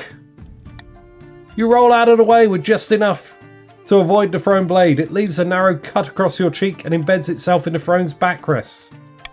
You try to stand up, but your legs are weak. You collapse to one side, convulsing. Everything goes black. You fall into a deep abyss. Fragmented images flash past you. Your wife at your bedside holding your hand. A doctor putting leeches on your brow. Sunlight streaming through the window. When you finally wake up, you're lying in a hospital bed with your spymaster sitting opposite. Ah, good. You're finally awake. How long was I out? You've been comatose for 2 weeks. The assassin's blade was coated with scorpion cat venom. The antidote is exceedingly rare. It's fortunate I've been saving some for a rainy day. Base spymaster. Did you catch the assassin? Alas, we did not. The Viper's children are a devious bunch, with hideouts all over the world. He's probably already fled to Tavolin. Who did this? What are the children of the Viper, the most feared assassins in the kingdom, no doubt hired by your enemies to the east. To make an attempt on the life of the Monarch, they must have been exceptionally well paid. We will be more vigilant from now. Am I going to be alright? Yes, Your Majesty, you're on the road to recovery. But it was touch and go. Throughout the kingdom, commoners and nobles alike were convinced you would die. Panic has spread like wildfire. Even worse, this near-successful assassination attempt makes you look weak. More and more people are convinced that the rebels will prevail.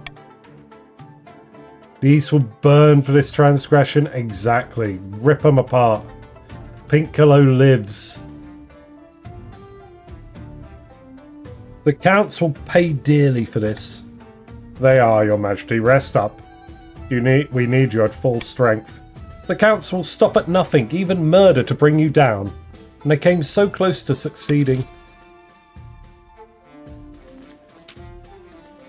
Vast armies darken the landscapes. Like the shadows of clouds, flags are flying, drums are pounding in rhythm. With the marching of boots, the kingdom is gripped with civil war. At least that's what you imagine. Most of your time is spent in the safety of your palace, poring over a giant map with your marshal. Your Majesty, the army of the East is advancing on the capital, led by that treacherous Count Ephra. I've received word from the commander of our loyalist forces in the south. If they march now, they'll intercept the Counts in a matter of days. Stumpy, bye-bye. Got to go. Be right back. See you in a bit. Alternatively, they could join forces with the army of the north. It's risky, but together they'd have a higher chance of defeating the accursed Counts. What are your orders?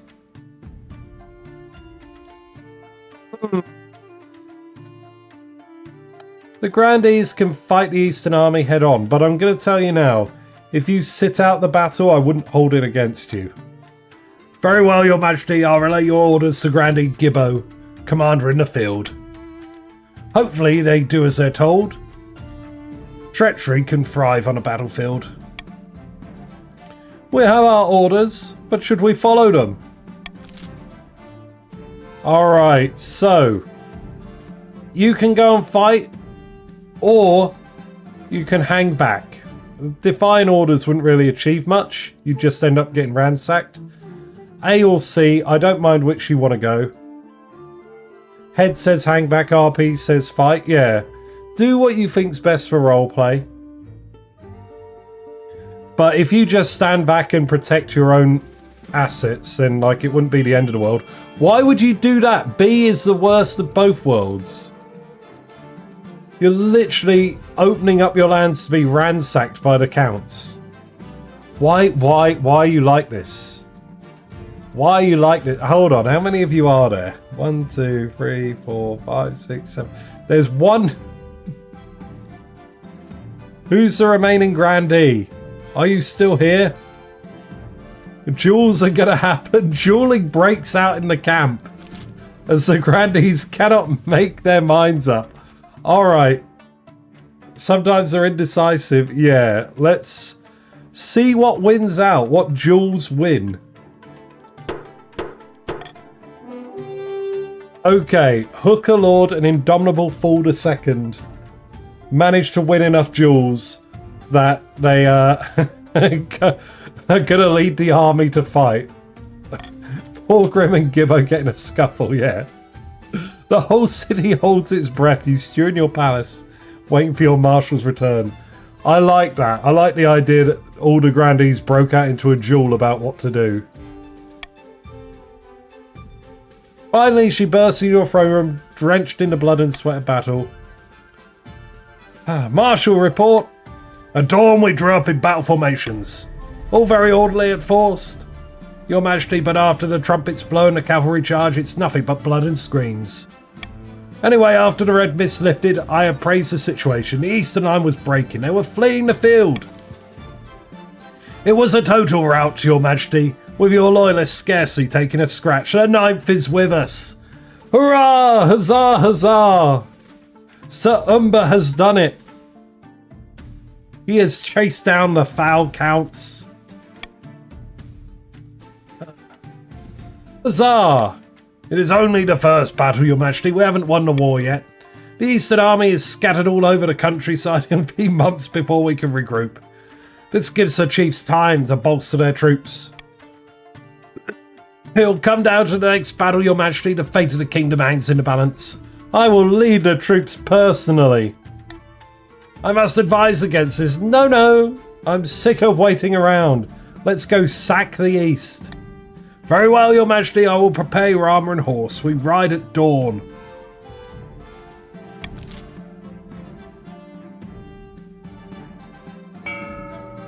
We are looking really good, not gonna lie.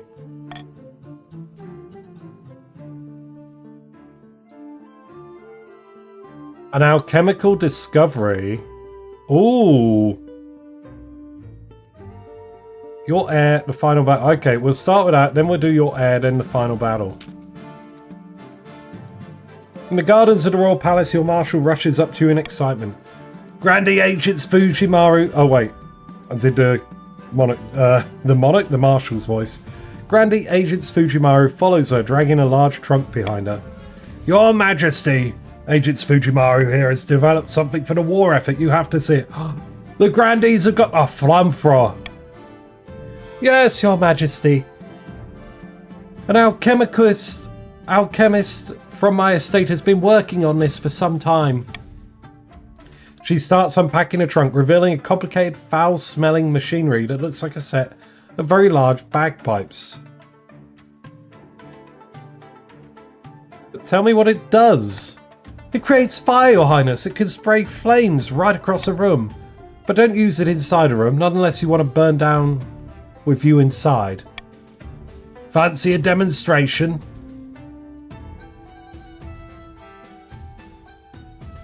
I will try it myself. Wonderful, that's my Monarch. She directs each step. You pour smoking chemical into the spout and then pull a lever, then twist a valve, and then fire streams straight from the pipe. It sprays across the garden, singeing the leaves of a nearby bush. Bravo, bravo! A few of these things in the infantry could turn the tide of rebellion.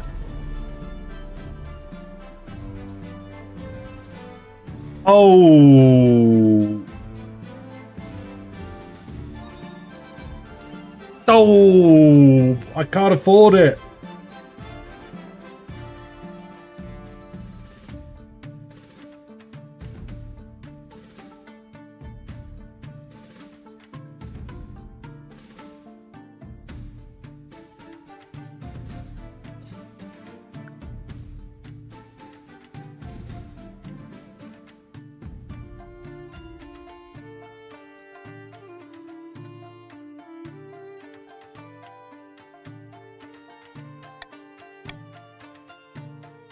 We will pay for the equipment, even though we can't afford alchemists. But I think B is very risky. Very risky. I don't want the Grandees going into a battle and setting each other on fire. I'd probably prefer D, to be honest, but I'm happy for B if the Grandees want to go for it. Organise it amongst yourselves what you think is best. I'm going to go to the bathroom while you vote.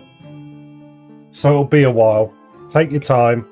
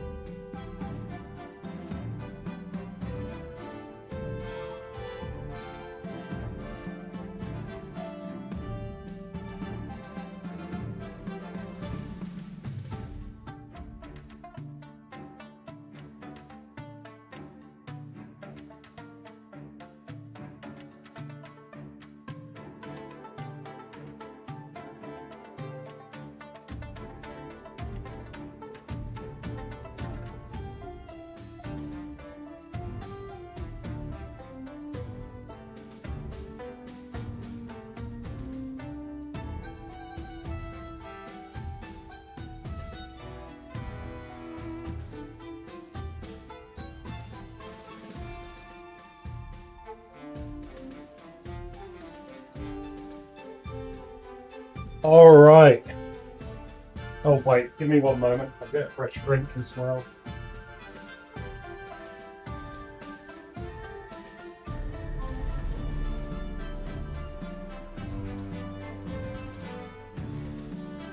Alright. This tool is wonderful, but overkill for a few measly counts. Yeah, it'd be so ironic if we win the war, but, you know, we build a bunch of flamethrowers that explode and destroy the Grandee's military. The Marshal is disappointed not to get to throw fire around, but she accepts the Council's decision. Agent Fujimura returns to the south and instructs the alchemists to turn their attention to agriculture instead. Though some of the Grandees grumble about not getting to enjoy military glory, it turns out that fire throwers are effective for forestry. Many southern peasants are delighted to save their time and energy.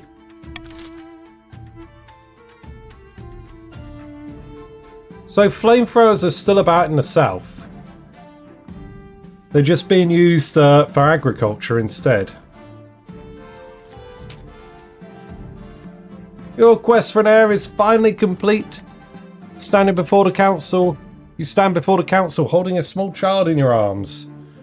Should I die, I ask that my crown be passed down to at the roll of a dice. The council hall is filled with nervous silence. My son. The assembled nobles break out into polite applause. By designating an heir, you cemented the stability of the kingdom. Can we put flamethrowers? Yes, let me actually. So, plus giants, plus flamethrowers.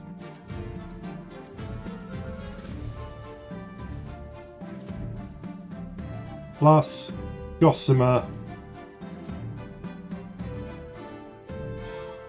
in south, as they've fully committed to the southern cause.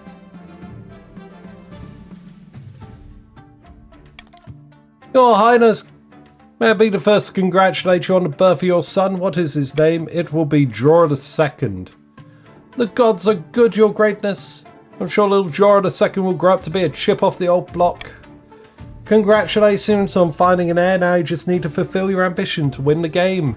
Expect a visit from the Spy Master soon. It's the final battle.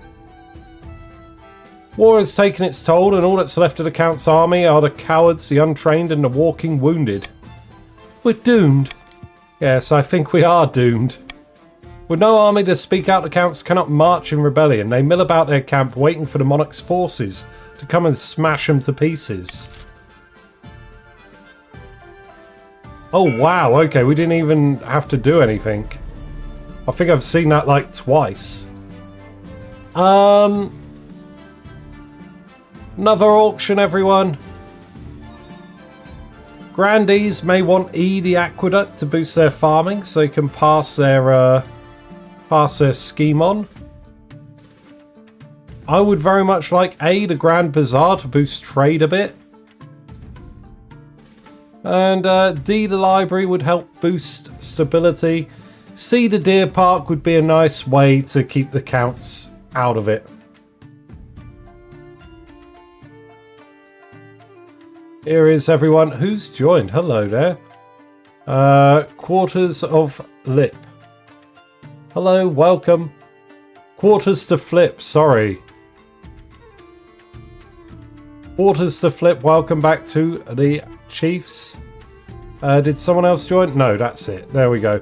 We're going to start the auction now. Type !fund, followed by the letter of the item you would like to fund, followed by the amount of money you'd like to fund it with. Top 2 items at the end of the auction will be built and take effect. Items that don't get built will be refunded. You've got about 40 seconds to get your funding in, but there's a delay on stream, so I'll type in chat when there are 10 seconds left. Try not to miss out. Looks like we're leaning towards B for some reason. B and E. Thieves Guild and Aqueduct.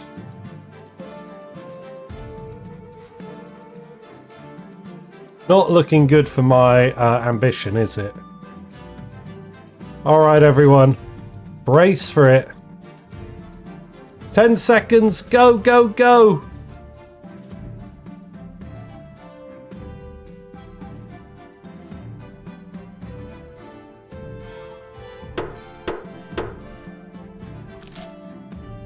Did we end up? Oh my god, okay. So we got the aqueduct for the grandees, and we got a thieves guild for the chiefs. This is not good. This is not what we want. This is suboptimal. War's end. The night before the final battle, the atmosphere among the northern troops is jubilant. You've heard plenty of campfire war songs over the last few days. On the journey, you've had to leave most of the luxuries of a monarch behind, but your marshal was good enough to ensure a royal command tent always well stocked with wine. Drink just enough to steady our nerves. You take a sip, your hand trembles only slightly. Tomorrow we fight. How are you feeling, Your Majesty? Eager for glory. Let's see if that feeling survives contact with the enemy. Now you're here, you can't chicken out. You need to lead your troops, otherwise their morale will plummet. Of course. I'm glad you understand. The next day, an ungodly hour, you climb onto your warhorse and ride out with your troops to meet the count on the battlefield. The sky is blood red. Flags whip in the wind, horns blow, drums beat. Both sides are in battle formation, with the enemy visible only as 1,000 gleams of sword and armor. 1,000? Your troops are looking at you. They expect a speech.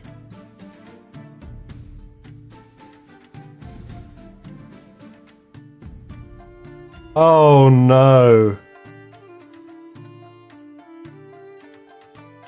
Come with me, brave soldiers of the North.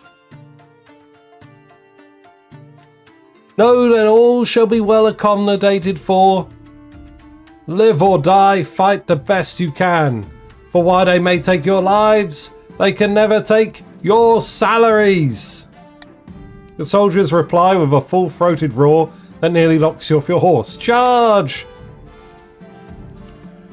Your warhorse surges forward, sweat streaming from its flanks. You raise your sword, and for a beautiful moment, it captures the crimson light of the sun. The army roars and rumbles into motion behind you, gathering momentum like an avalanche. Salaries! Yes! Wait, they're getting paid? Yes. We got giants as well. It's fantastic. When you reach the enemy lines, however, things get more complicated. It's pure chaos. Soldiers screaming and rolling about in the mud. Blades flashing and clashing. Blood spurting all over the place. At some point, your warhorse is cut down, but you roll out from under it and spring back up, waving your sword. Your soldiers roar with renewed vigour. Let us lead our troops. The battle lasts for hours, and then it's over in an instant. The counts are running, and instead of fighting them, your soldiers are cheering and chasing them down and shoving swords into their fleeing backs. The marshal appears at your side, still astride her horse, a fierce grin on her blood-speckled face. Victory! Glorious victory! Is it over? She claps you on the back. It's over. After victory comes the bloody unpleasant business of hunting down and killing the enemy before they can regroup. Their screaming faces will haunt you for a long time. After that comes the celebration. Your soldiers rampage around camp, drunk and singing raucously, happy to see another nightfall. Meanwhile, you and your marshal retreat to your tent to plan the next step. This calls for a glass of wine. No, a bottle. Your marshal happily accepts a drink and you clink your glasses together. We'll make the counts pay for their betrayal. I'll leave that up to you. First off, I need to go siege a bloody castle. Victory! Your marshal rides back to oversee the siege. A few days later, you receive word that Count Ephra's castle has fallen, and just like that, the rebellion is over. Soon the armies of the grandees and the chiefs are parading through the city, waving their banners and showing off all their loot. Meanwhile, Count Ephra, leader of the rebellion, is brought to you in chains. Wait, you win, but at least I've completed Steel Ghoul Tarnished Military? No, you still need 10 military for that.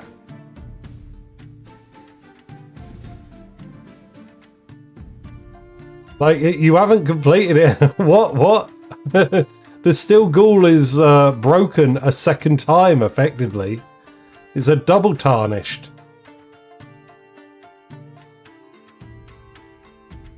It says tarnished because their military's already hit 0 once. That's to notify that it won't be as bad a perk. So the perk isn't going to be as devastating as printing money every time you hit it. Yeah, so it's twice tarnished. The Steel Ghoul's having a rough time. Every time he gets back on his feet, Sir Umber comes over and kicks his feet out from under him. The common folk crowd into the palace to watch the trial. We need a strong monarch in this kingdom and you weren't up to the task. Yeah, die. Wait. Just put him in the dungeons. Step back to the silent. Count Ephra is dragged to your oblique.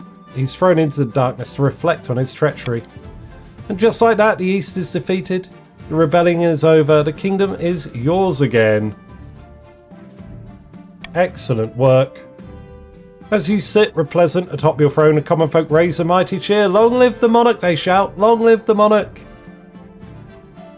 Oh, I'm not going to murder you. Like, you know, it's a bit of a shit rebellion. Good job, everyone. Good job. Kill count goes to 4. Salutes in chat to Ephra being put in prison. We now have Ephra the second.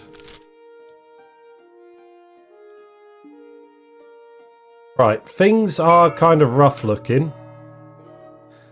The legend of the Ninth Herald is spreading rapidly deep in the south. A number of grandees celebrate. Haha! Peasants all over the south are flocking to you, Rays. I knew you could do it. Praise be the Ninth God. Praise be, but this is just the beginning. With him on our side, we will capture the minds of the common folk and lead a holy crusade against the false monarch. People still need a push, however. With the right amount of chaos, the peasants will soon be ready to take up arms for you. Next stage of their scheme, the grandees must lower stability to 4 or less in 2 seasons. We're pretty safe on that front. Alright, yeah, the counts can pay for the war.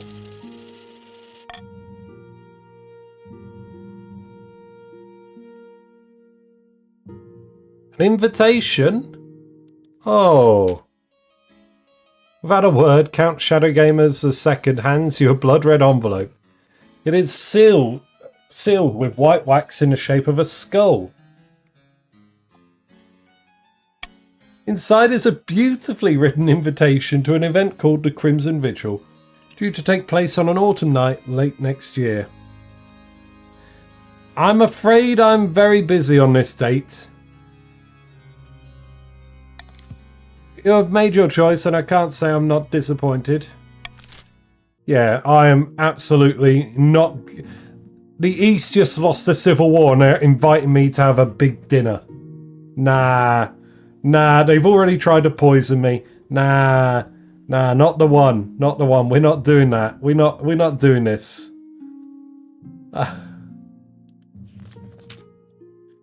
Your Majesty, I come to you with a sensitive matter. Oh no! It becomes clear that Queen Consort Ophelia is utterly despised by the common folk. She can't appear in public without being mercilessly mocked. Unfortunately, appearing in public is the only thing a wife is really required to do. How can they despise my dearest Ophelia? Commoners find Ophelia insufferable. Her speeches are rambling and self-congratulatory. I must admit, even I find her manner grating. I don't like to pry into your personal affairs, but if your wife's popularity continues to plummet, she could be at risk. Okay, I must discuss this with my wife. What is it, my dear? I hear the commoners have turned against you. Oh, I don't think so. I'm pretty sure they love me. After all, who doesn't? The commoners don't, and stop pretending otherwise. I'll admit they haven't warmed to me as quickly as I expected, but that'll change. I'll pay for you to take public speaking lessons. You think I need lessons? How could you even suggest such a thing? I absolutely refuse. Okay, it's up to you to fix this then. There is nothing to fix. Oh no! No, the spice is bad.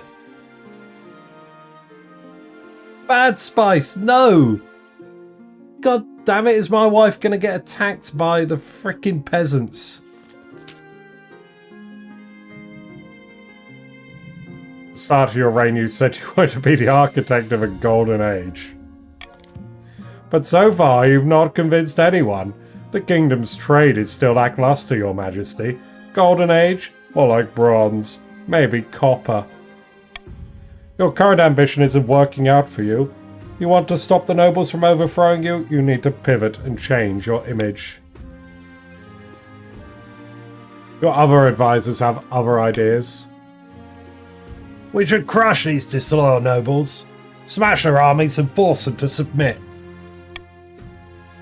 Your Majesty, if you help us spread the zeal of the Night God, the Church will lend our full support. With the backing of the Church, the nobles wouldn't dare move against you. God damn it, I know what I'm doing. Oh! We're gonna become a saint! God damn! The common folk are a sleeping giant and even nobles are afraid to wake. If you become beloved by the peasants, the nobles wouldn't dare overthrow you for fear of revolution. Here's another idea! Declare war on the Ashmedian Empire. The nobles will forget their schemes if you win. Okay, so trade is off the table. Yeah, faith is the second one. So there's only one faith left. Get elevated by the church to the status of a living saint. A wise decision, Your Majesty. I'll send word to all my priests. But of course you need to be worthy. Your overall priority is to raise authority and the kingdom's overall faith as much as you can. And of course there can't be open rebellion among the nobles. We are going to become a saint on first try, aren't we? Deep in the back rooms of the royal palace, the northern chiefs are poring over secret letters and scribbled diagrams. On the wall is a corkboard filled with pins and crisscrossed by coloured string.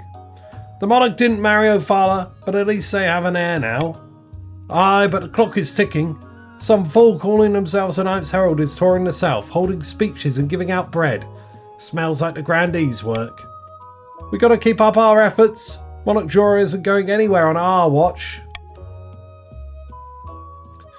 My child, I heard something disturbing. What do you mean you want to be a saint? Well, I mean, you know. Yeah.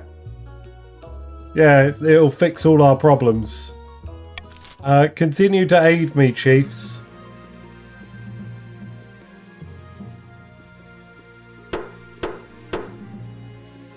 I'm gonna take Iron Choice.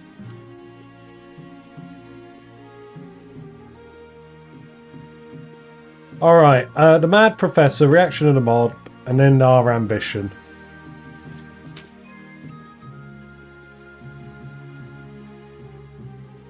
It's time for your meeting with Professor Arthurus, the man who will supposedly cure you of your horrid bloody dreams.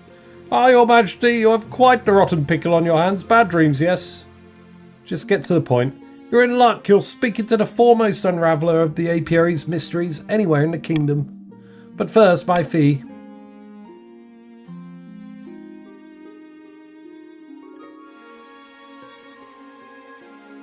God damn. You can have half and that's it. I suppose it'll have to do. Arthurus helps you lie on a shiny operating table and restrains you with thick leather straps. These straps can't be necessary. Arthurus merely smiles. He pricks your arms with a small needle as you fall into a blissfully dreamless sleep. When you awake, Arthurus is sitting in a nearby chair, nervously biting his nails. It's worse than I thought, Your Majesty. Your dreams are not mere nightmares. You carried a beast within your blood. Please explain. Northerners call him a Franda, poor souls afflicted by the curse of Khaleesi's making. Made to roam the world as part human, part beast, a philanthrope. So what can you do about it? Only someone with knowledge of ancient magic can cure this affliction. All I can offer is this poppy decoction to help keep the dreams at bay. Perhaps it will lessen the urges. Oh, I'll take it. Of course, Your Majesty. You take the potion regularly. It tastes like honey and rubbing alcohol. Mercifully, the dreams fade, but not completely.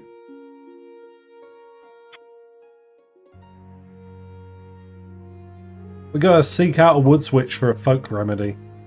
While the Spymaster keeps an ear out for rumours of magic, you begin searching in your spare time. You can only hope you find someone before something terrible happens.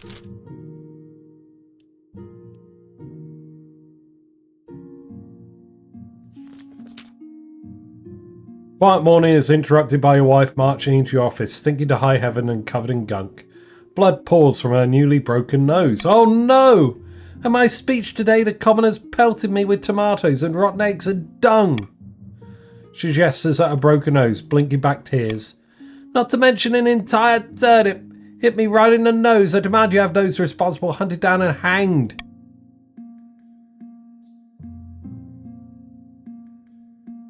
And now, calm down, dear. Calm down, calm down. How dare you say that when I've been attacked by low-born filth? I want to see necks in nooses before the day is out.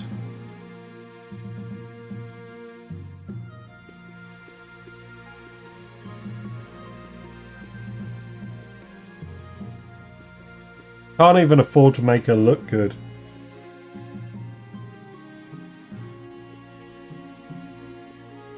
Hunt down the food flingers and put them in the dungeon. After the turnip throwers spend a few weeks in the dungeon, the commoners keep their vegetables to themselves. But Ophelia's speeches are still met with jeers. These filthy peasants dared attack royalty and you let them off with a few weeks in a cell? They should have been hanged for their impudence. Do you not care about me at all? Oh. Yikes. Pro common folk, yeah. We're also pro our wife. I mean, I didn't hang them. I could have hanged them. Maybe I should have hanged them. But no, we let them off with some time in the dungeon. Your Majesty, I've received messages from priests beyond the capital. They've been working hard to promote your power in every sermon. I heard there was a rebellion. Yes. Northwind, counts rebelled and got absolutely destroyed.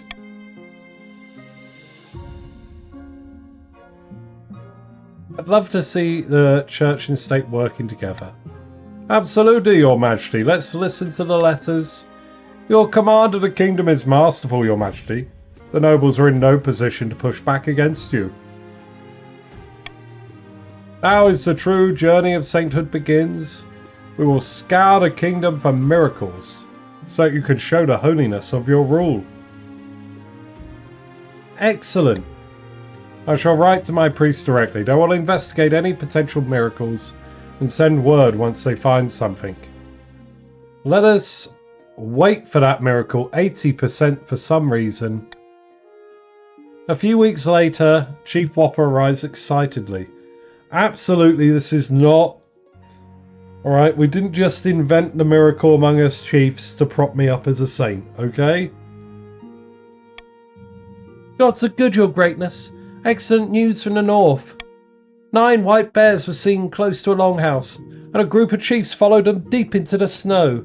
There they found an ancient forgotten church, built into the side of a mountain. The bears vanished, leaving only a handful of fur. Besides, you must recall how last week the statue of St. Bertrand wept blood after you visited the cathedral, and that peasant reported a vision of you being blessed by the knife. When a monarch's rule is holy, the knife God rewards. Everyone agrees the signs are here. Does that mean it's time yet? I believe it is, Your Majesty.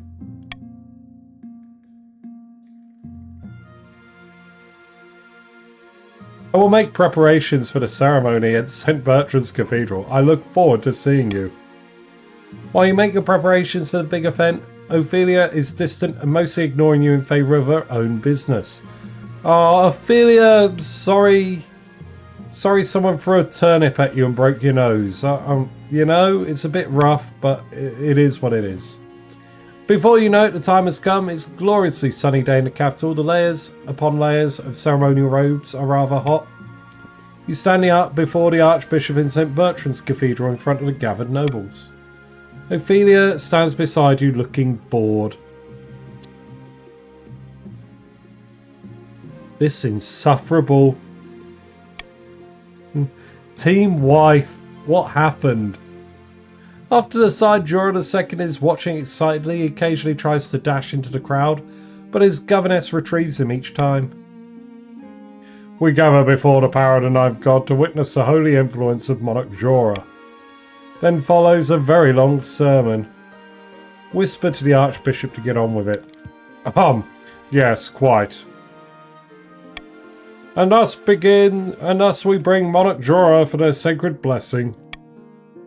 Blanket of silence falls over the cathedral. You step forward and the Archbishop sprinkles holy water upon your brow. Perhaps you feel something. Cold water being splattered on us. It may not be the most comfortable situation, but you're sure of one thing. The nobles can't stand against you now. Rise once more, Monarch of the Kingdom and Saint Jora! Thanks, Archbishop. I live only to serve the Ninth's will. Applause rises in the cathedral, echoing in the huge rafters. Jora absolutely completely wrecking it. Surrounded by a red-robed devotees, the High Inquisitor is watching closely. After a moment, she applauds with the rest. So how did we get from the influence of the cult means I will not aid the church? Yeah,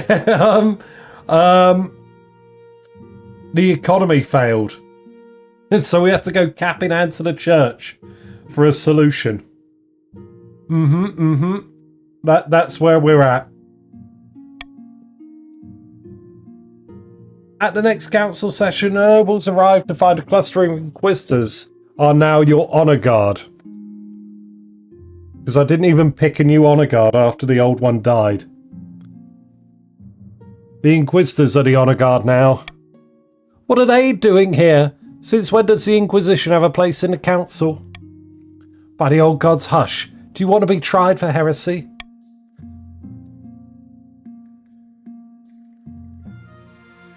That's right, you should be worried. Nobles exchange frantic looks, but none of them speak up, not even Cheap PL. Fallen heroes are replaced by those red robes, I know. Over the course of the day, even the boldest noble is quick to vote with the crown. So easy. Relaxing, efficient, you finish early for the first time in months. With the church at your back and call, you have a license to do what you please, as long as you keep on the Ninth God's good side, of course. A long, glorious and venerated reign awaits for Saint, air quotes, Jora. GG everyone! And with that, both of these are now banished. They won't be back again. The Spectre's Haunt, Gemling's Charity, both removed from the game. Fantastic stuff. But we do have a vote. So will we be going for a trade or a faith ambition next time as inheritance? And we will change it up for a generic one. Let me go do a poll, manager poll, new poll. Inheritance, trade or faith?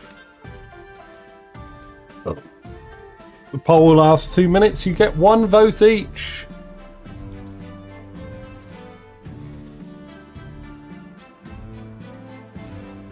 Vote in chat how you please.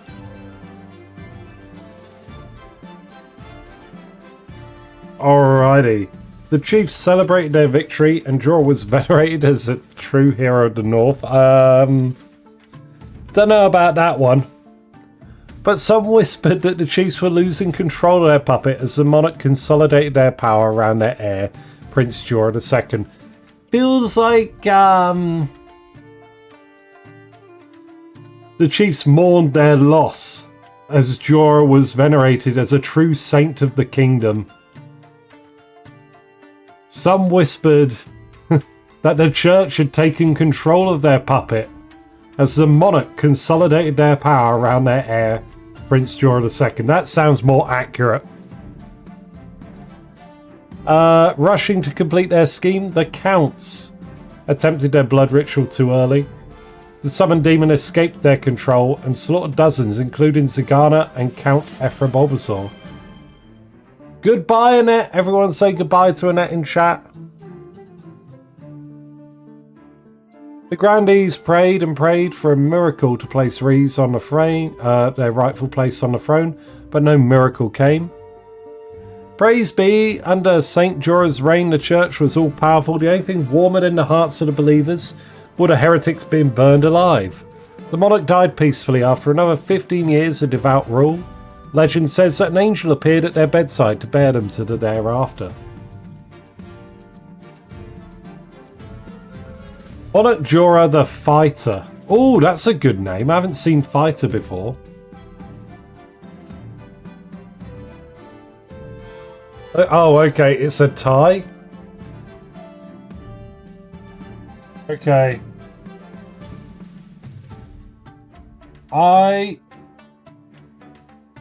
King Jora II. What I'll do, I'll roll a dice and randomly pick which one is going to be the main one. So we'll definitely have faith and trade, but we don't know which way around they'll be. Congratulations on the loyalist victory, chiefs. I'm sure the old gods are proud of you.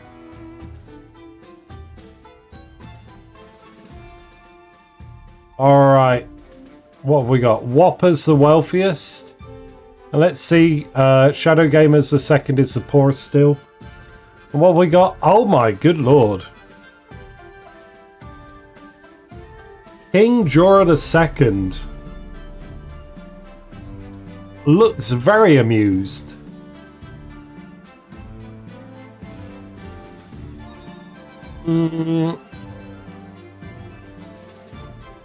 No new cults spawning for the chiefs. No cults completed for the counts and grandees.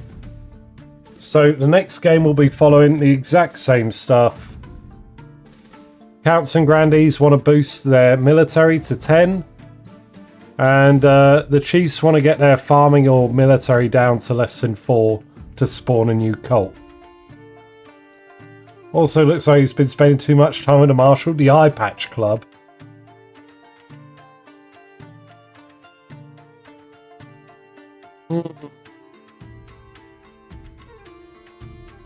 Didn't expect my child to be swayed by that funny hat guy. Yeah. It's all good. It's all good. Thank you everyone for being here. Hope you're all having a good time. Hope everything's going well. Let's see.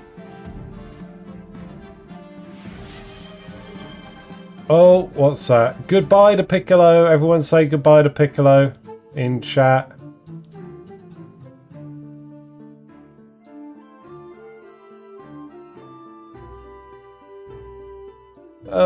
Yeah, I'm good. I think we'll call it there. Goodbye to Gibbo. Everyone say goodbye to Gibbo in chat.